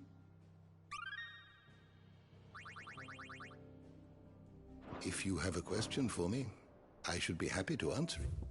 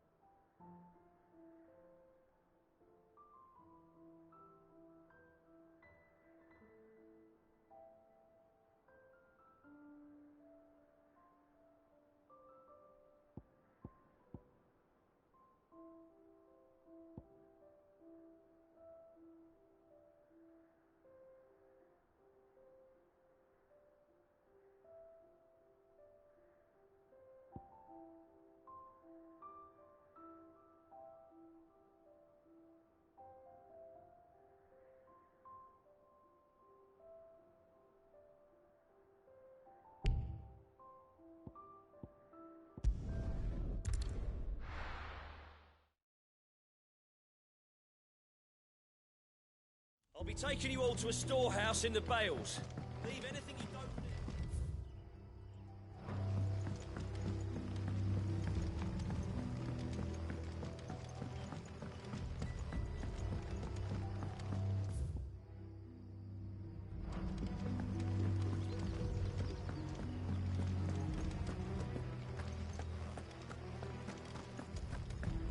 Come, my children. The reckoning is nigh.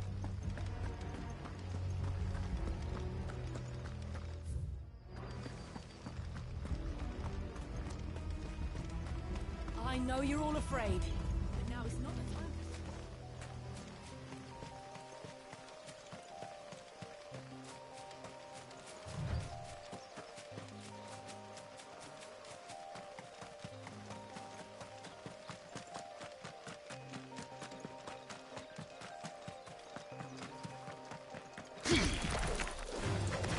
Time to fight.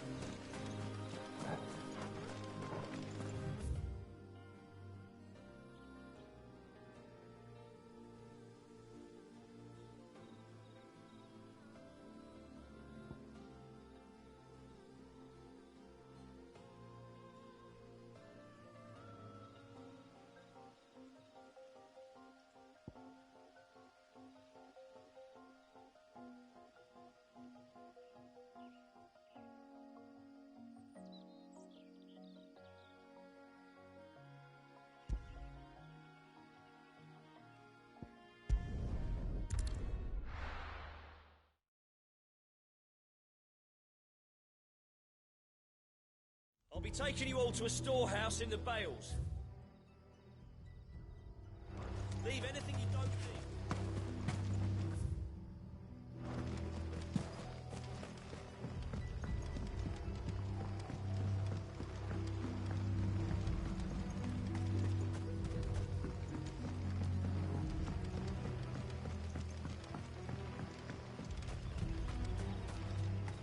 If you're ready, we leave at once.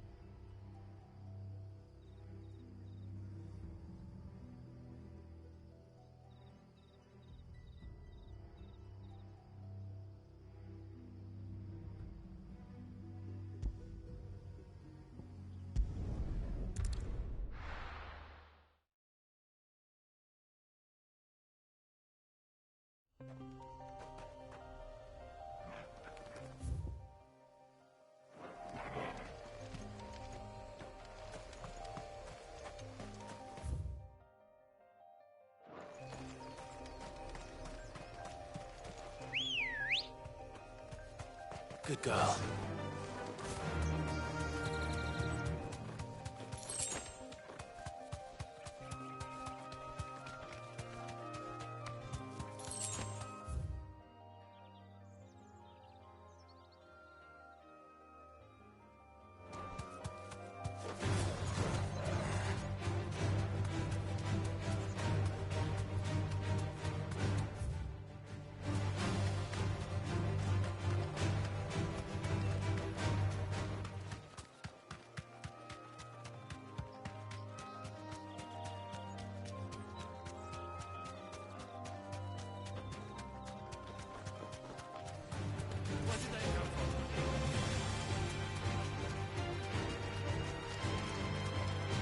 Straight home now.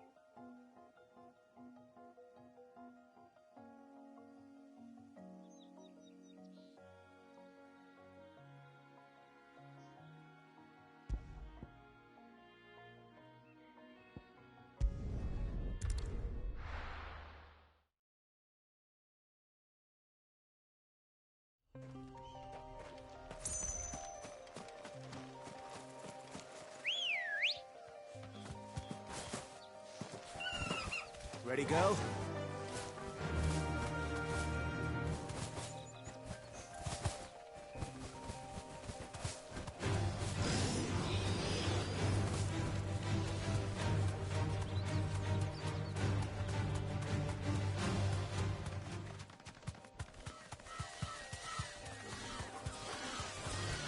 All right.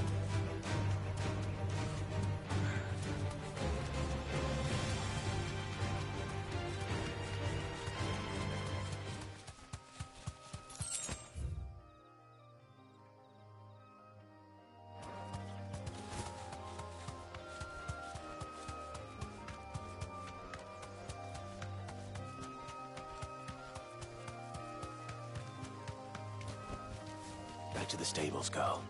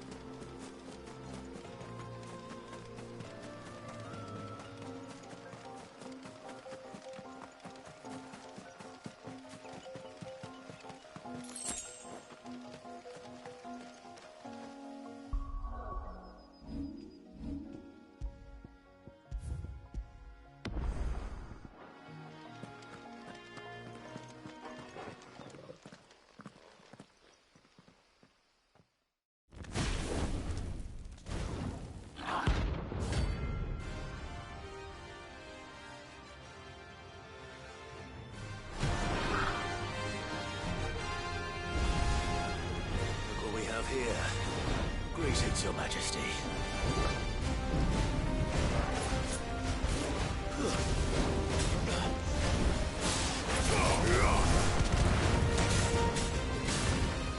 Give me thunder!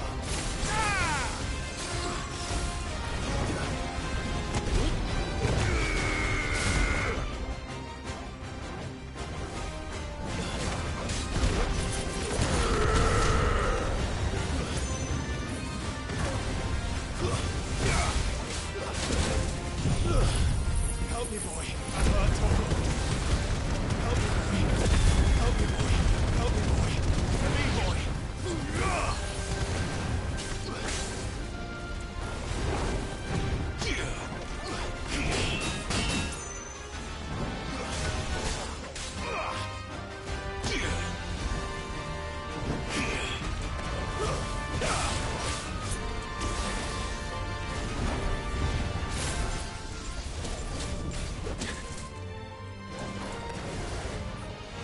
slow.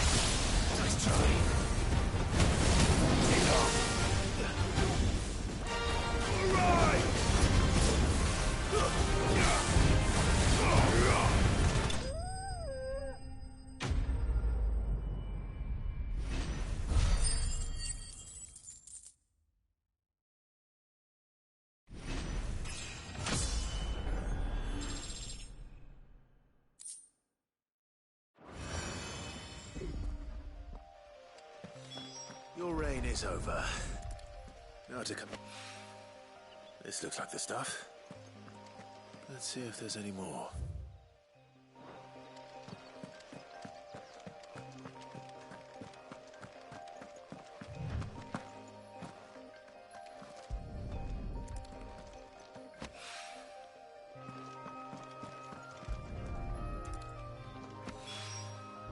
That should do it. If Hawaii needs more than this, he could...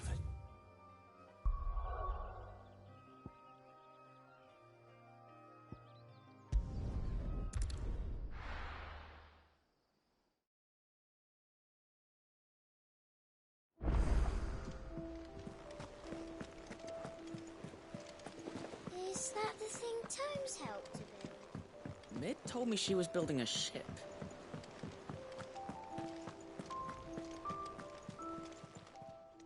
How may I help you today, Clive? All yours.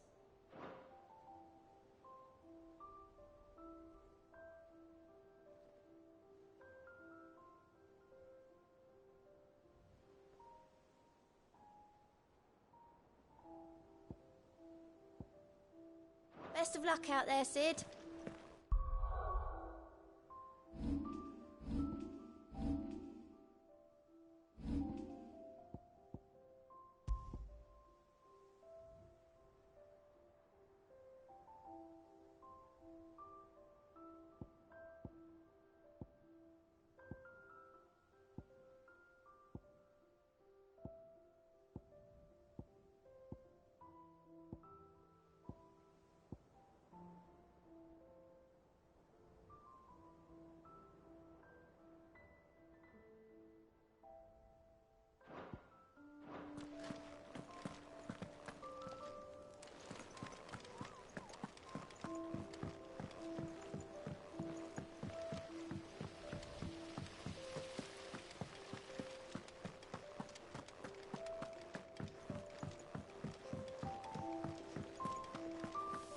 Mid might need some help.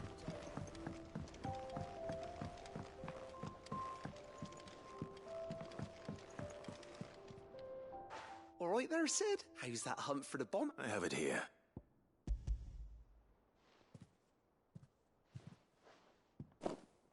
That's the stuff. And plenty of it, too. You're a gent, Sid. Right then.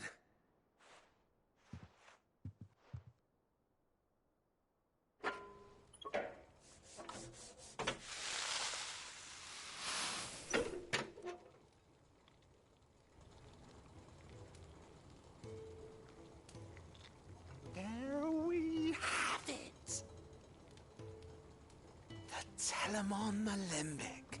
And it works just like the chief said it would. Very impressive. Says the man who cut down a burning boulder. Speaking of which, I still... There's no need. The good it will... Don't be Why don't you let me take a look at that bag of yours? The one you keep your potions in. Reckon. What kind? Well, we happen to have isolated a substance in our test run of the Alembic that I reckon will make... He thought we might use it to breathe new life into old boots and the like. Ah, I reckon if we slap a bit on your bag, it'll loosen... Well... That's the spirit!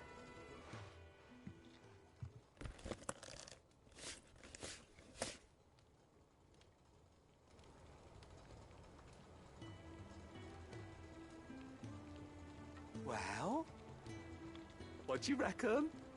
It certainly feels more... flexible. Right? Told you. Thank you. I think. No. Thank you for supporting Mid and the rest of us in our endeavors. Without you, we... I'm telling you, there's...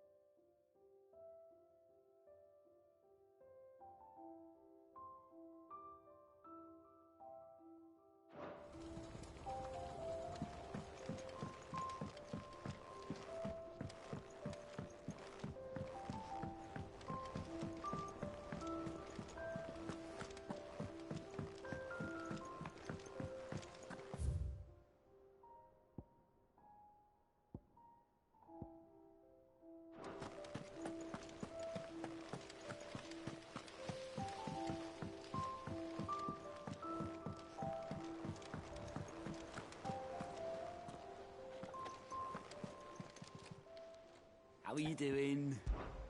Quick look. Seen enough? All right, Clive. Asterix, Mid finished sending half the hideaway traipsing across the twins, has she? I swear, that girl'd do anything to put off visiting her old dad's grave. No excuses, now. Not quite. She said there was one final thing she had to take care of. She said that? She... Clive? Were you born yesterday or something? She'll probably be halfway to Canva, but...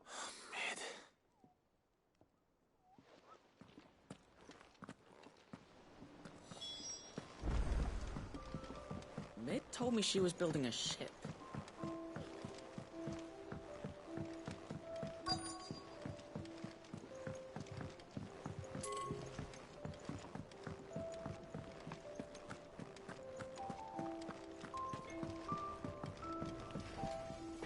What do you need? So, what'll it be? No scratches, all right?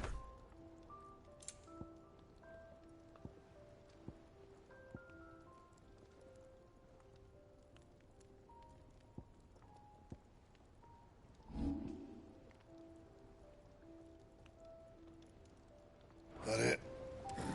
Fine.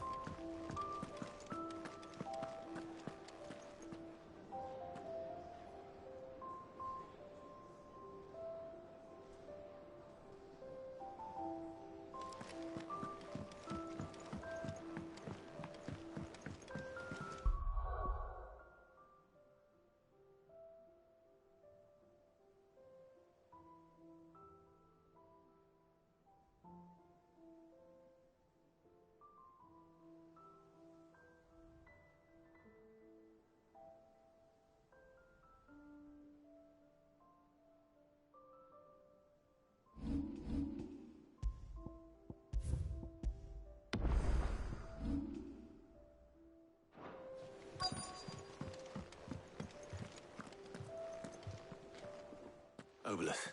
Yep. Then I'm too... You in a hurry at all, are you? Oh, I offered to take her across, but she wouldn't wait. Just paid for it. But anyway, I was on my way up the sea. Got a letter. Urgent, by the sound of it. One of your uncle's men said I was to act. Thank you, Obelith. Don't mention... What tidings, Uncle?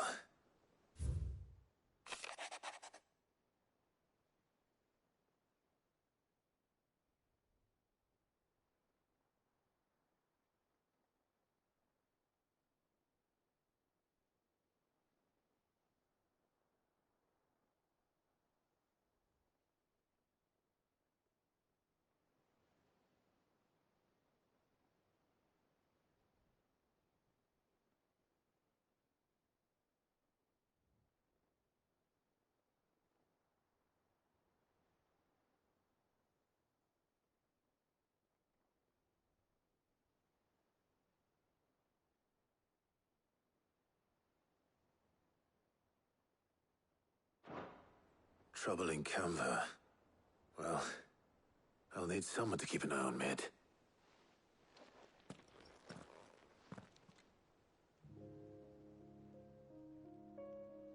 So what? Mid got us to do all the dirty work and then just sailed off into the sunset? It, seems that way. Well, nothing we can do about it now. But next time you plan on visiting Sid, you might want to tie her to something before you suggest it. Ah, don't be so hard on her. Gotta admit, the dirty work was kind of fun. Everyone pitching in, all that bollocks. Just like when we built this place. You're right. Anyway, we all set to head to the old hideaway. I could do with getting to Canva pretty sharpish. Wouldn't do to keep Lord Rosfield of the Seven High Houses waiting now, would it? Not after he asked for me personally. Gav will be leaving with me. Will you mind the place while we're gone? You can count on me. Just be sure to give Sid and the others my regards. All right. Oh, by the way, Jill will be joining us too. She's got some things to take care of, but she'll meet us there.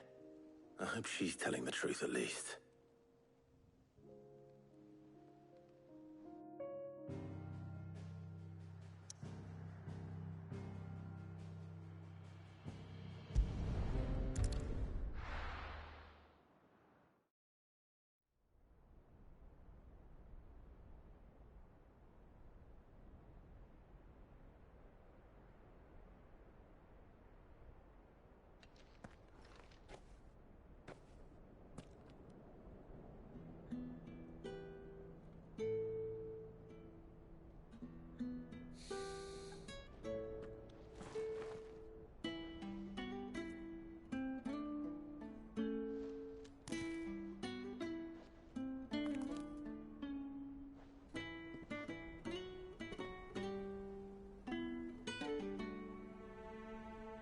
Well, Sid, I remember what you told me.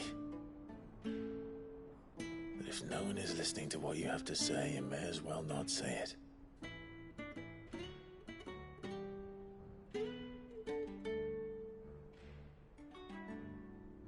But I will say this, old friend. Hugo Kuka is gone. His shadow looms over us no longer. It's a pity the Phoenix can't be in two places at once. If he'd have been with us, maybe he could have done something for the lost. Not even the Phoenix can bring people back from the dead. Life has a beginning and an end. So we must live while we have the chance. And not as slaves to the crystals, but as free men. May we join you?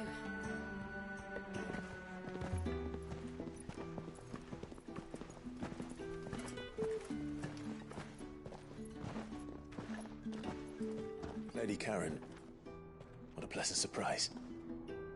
I thought I'd drop by and see how you were all doing before heading off to restock my supplies.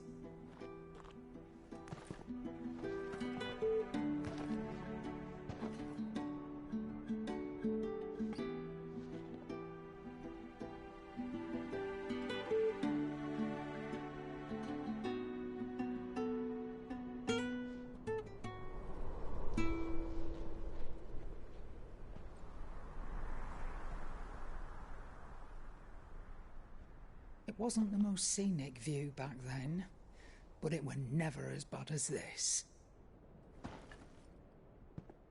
I know. The Blight marches on. And soon, there will be no escaping sights like these.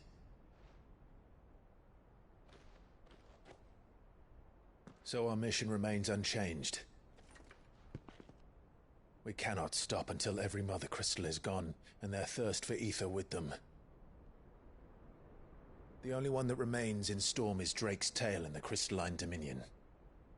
Our next target. We're going to Twinside. It's the capital of the Empire these days. I wouldn't like to think how tightly guarded they've got the place. Not that that'll stop you, but we do well to scout it out before you go charging in. We would indeed. If you're off to the Dominion, you can take this great lump with you. Goods. Oh, I am sorry. Have you forgotten you're the most wanted man in the Twins? I thought you might like to disguise yourselves as the attendants of a travelling trader, assuming you've no better ideas.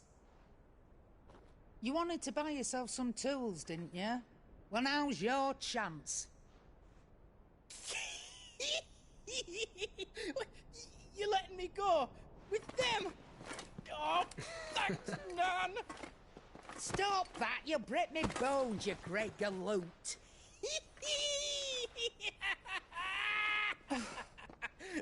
There's a caravan that runs back and forth between the Dominion and the Bocklad markets. It's managed by the Merchants Guild. Just show them Goots' traders pass and you'll be on your way. It'll be a damn sight less risky than footing it the length of the Crystal Road. That's for sure. Thank you, Karen. And glad to have you with us, Goots. Okay then. I'll get me things and I'll meet yous there. See yous down in Bocklad. Get off! Me poor fingers! Jill, you're with me. Understood. And Gav? Already on my way, Captain. Be careful. Aren't I always?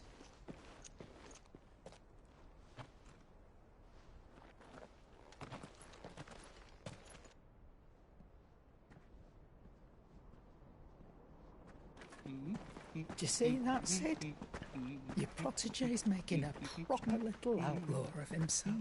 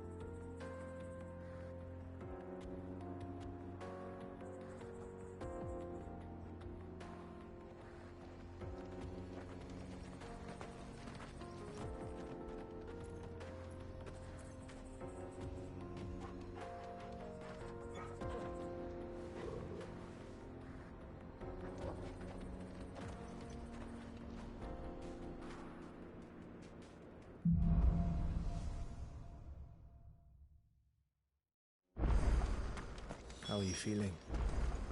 Better. Thanks to Taya. I'm glad to hear it. And Torgal helped too. Didn't you, boy?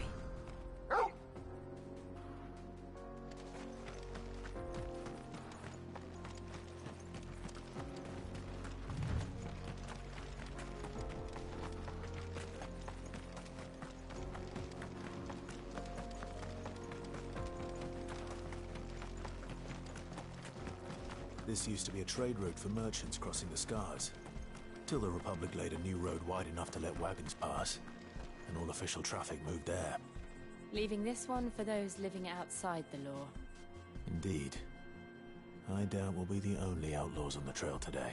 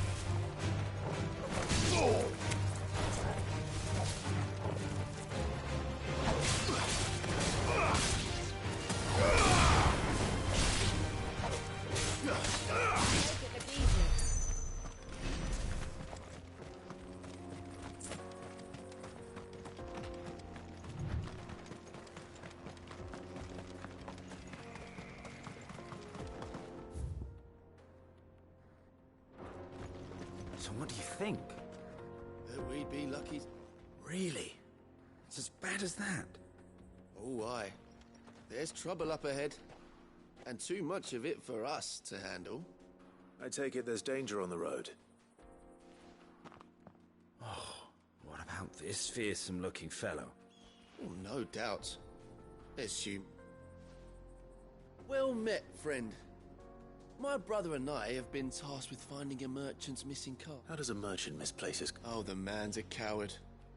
When he thought goblins might come a-snarling, he ran, leaving his lively... He sent the two of us to fetch it, but it's gone. Now, I'm not much of a thinker. My brother's right on all accounts. And by my estimation, the bastards are lying in wait just down the road. We may have seen our share of action, true, but we've not got the skill in arms to boldly brave them. You, however, have the look of a man who needn't fear a band of... Chances are they'll come for you either way. But if you promise... Well, if I'm going to have to deal with them... You've clearly got a fine head. We're lucky. Now, hoping to make a heavy purse in Bocklad, our merchant friend Lode reckon he won't be forking over the rest of our fee if we don't find those goods. So... All right. Just don't expect me to drag the cart out of there myself. No. You just put an end to those bandits and point us in the right direction.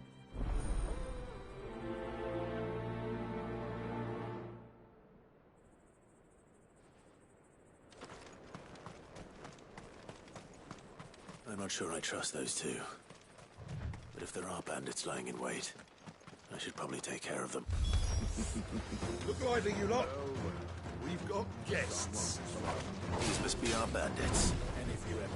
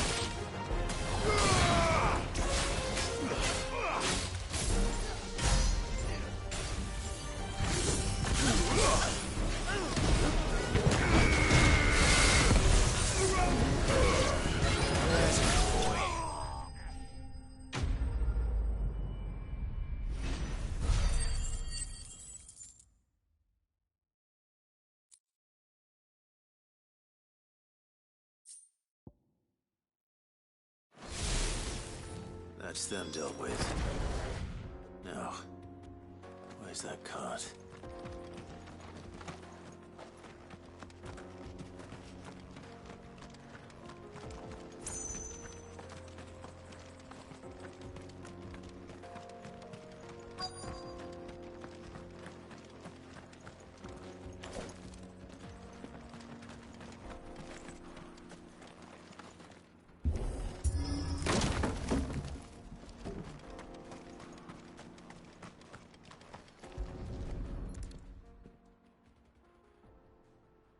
Getting all of this out of here will be a nightmare.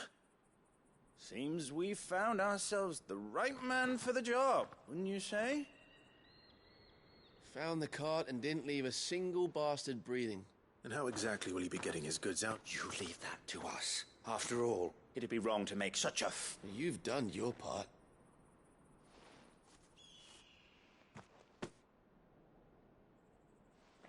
It's been a pleasure.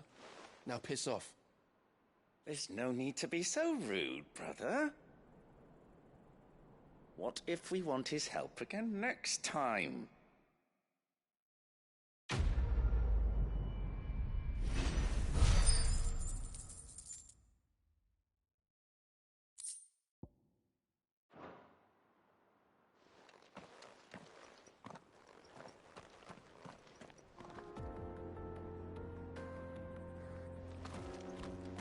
You've had your reward and you're not getting any more. Now piss off.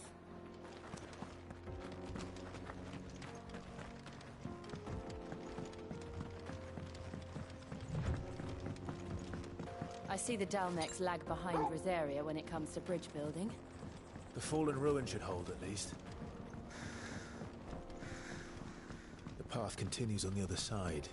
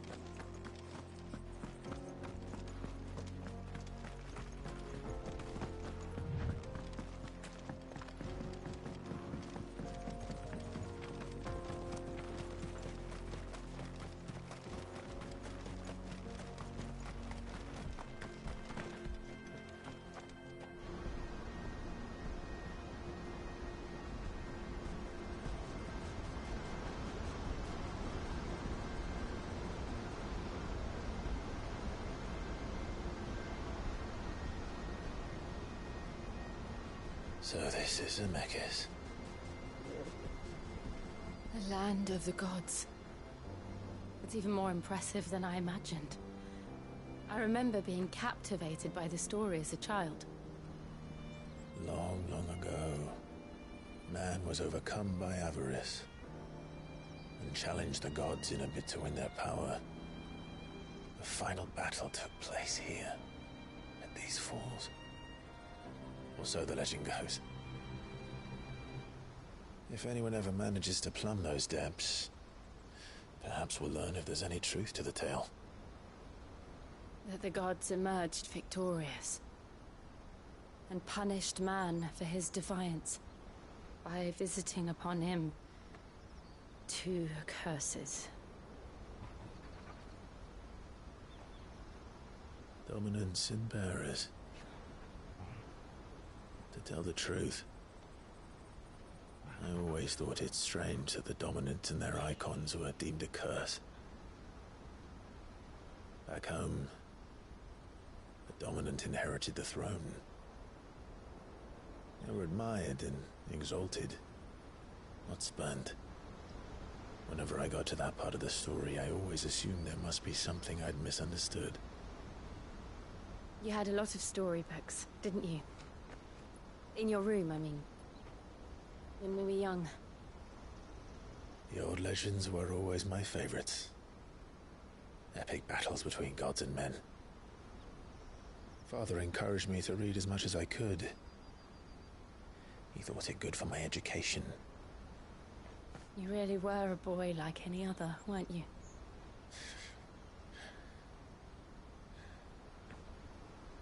Just look at this place. It's enough to make you believe the legends are true. I know.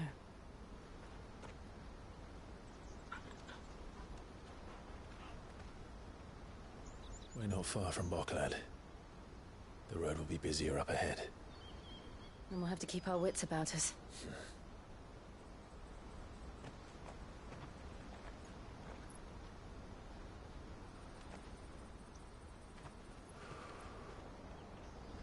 Clive? Something wrong? Nothing. It's nothing.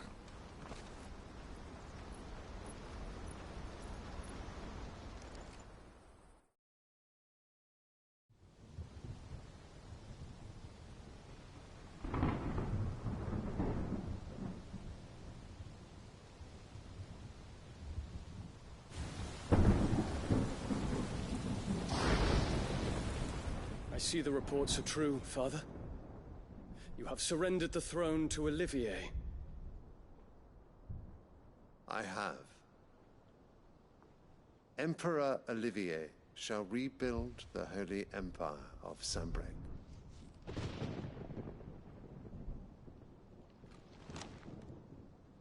How is he to rule an empire? He is but a boy. I shall advise him until he comes of age. Father, please. Or for as long as I am able. The empire we seek to build needs young blood to rule it, and I can think of none better suited to the task.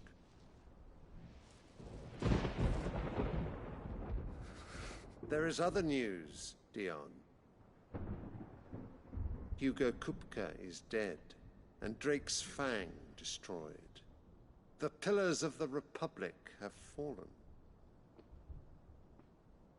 Ere long, the Imperial banner shall fly over every city in Storm.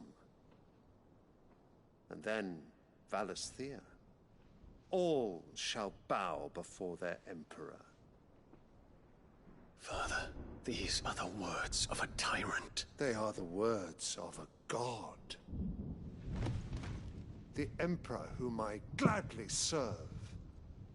Great Greeker, made flesh.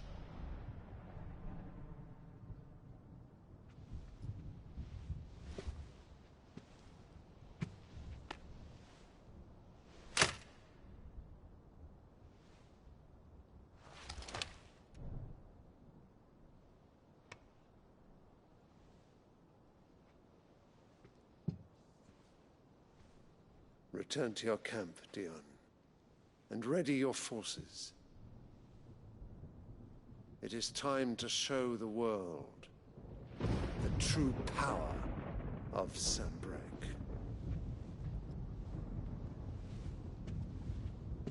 Father.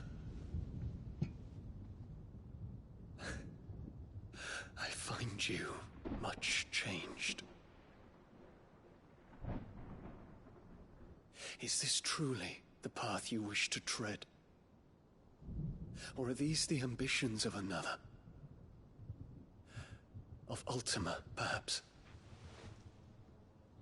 What nonsense is this? I speak my mind, and my mind only. Though I do owe Annabella thanks for reminding me of certain truths regarding the nature of nations, of rulers, and of the divine. You would trust the words of this traitress? She betrayed her country. She slew her husband. You have ever been an invaluable servant to Sanbreque, Prince Dion. I trust you will continue to serve your Emperor in the wars to come. The canker! Silence! Insolent wretch! You will bend the knee. All else is heresy. Sire, forgive me. This audience is over. Come, Your Radiance. The Rowena Syndicate awaits your pleasure. Oh, not another meeting with silly old men. They're so boring. I'm hungry, Father. Can't we have luncheon instead?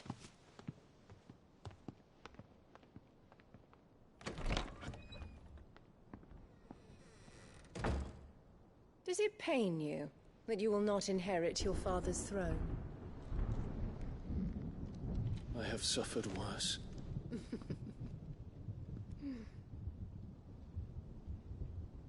Count your blessings, Dion. For a base-born child to be chosen by Bahamut is miracle enough. You have risen high on his wings, but you shall rise no higher, lest your impure blood stain the throne. What do you know of my blood?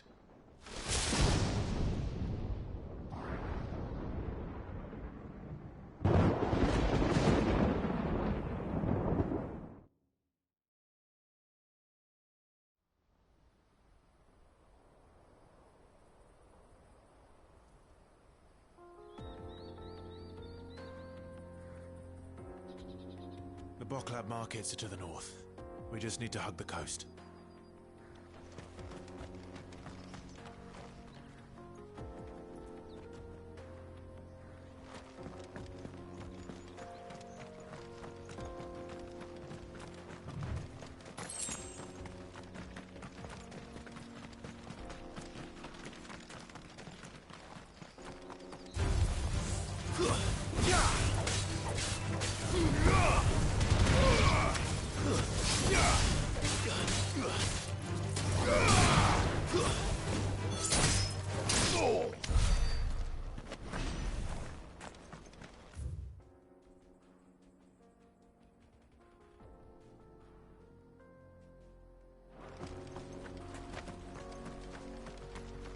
Infiltrating the Dominion won't be easy with the Imperials on high alert.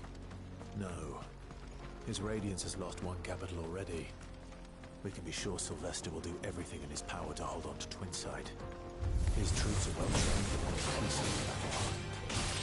But it's not easy to get away from the siege now.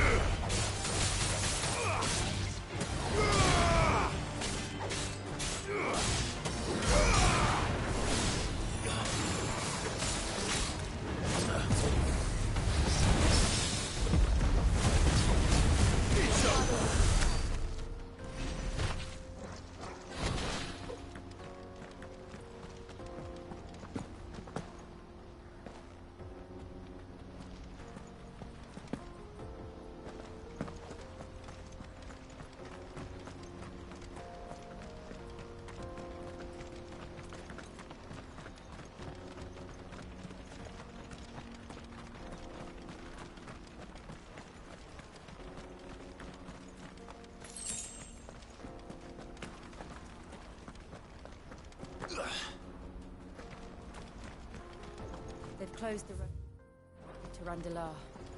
If the siege breaks, they'll need more than this to stop the Imperial legions marching on the capital.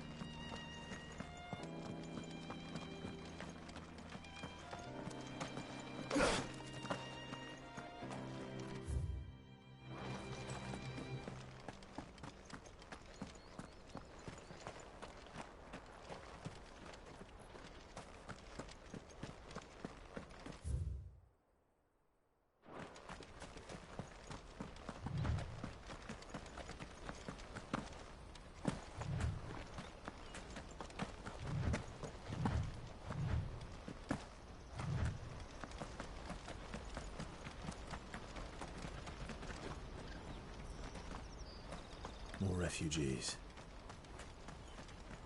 And they're all making for the crystalline dominion. Because they don't know how to live without the crystal's blessing.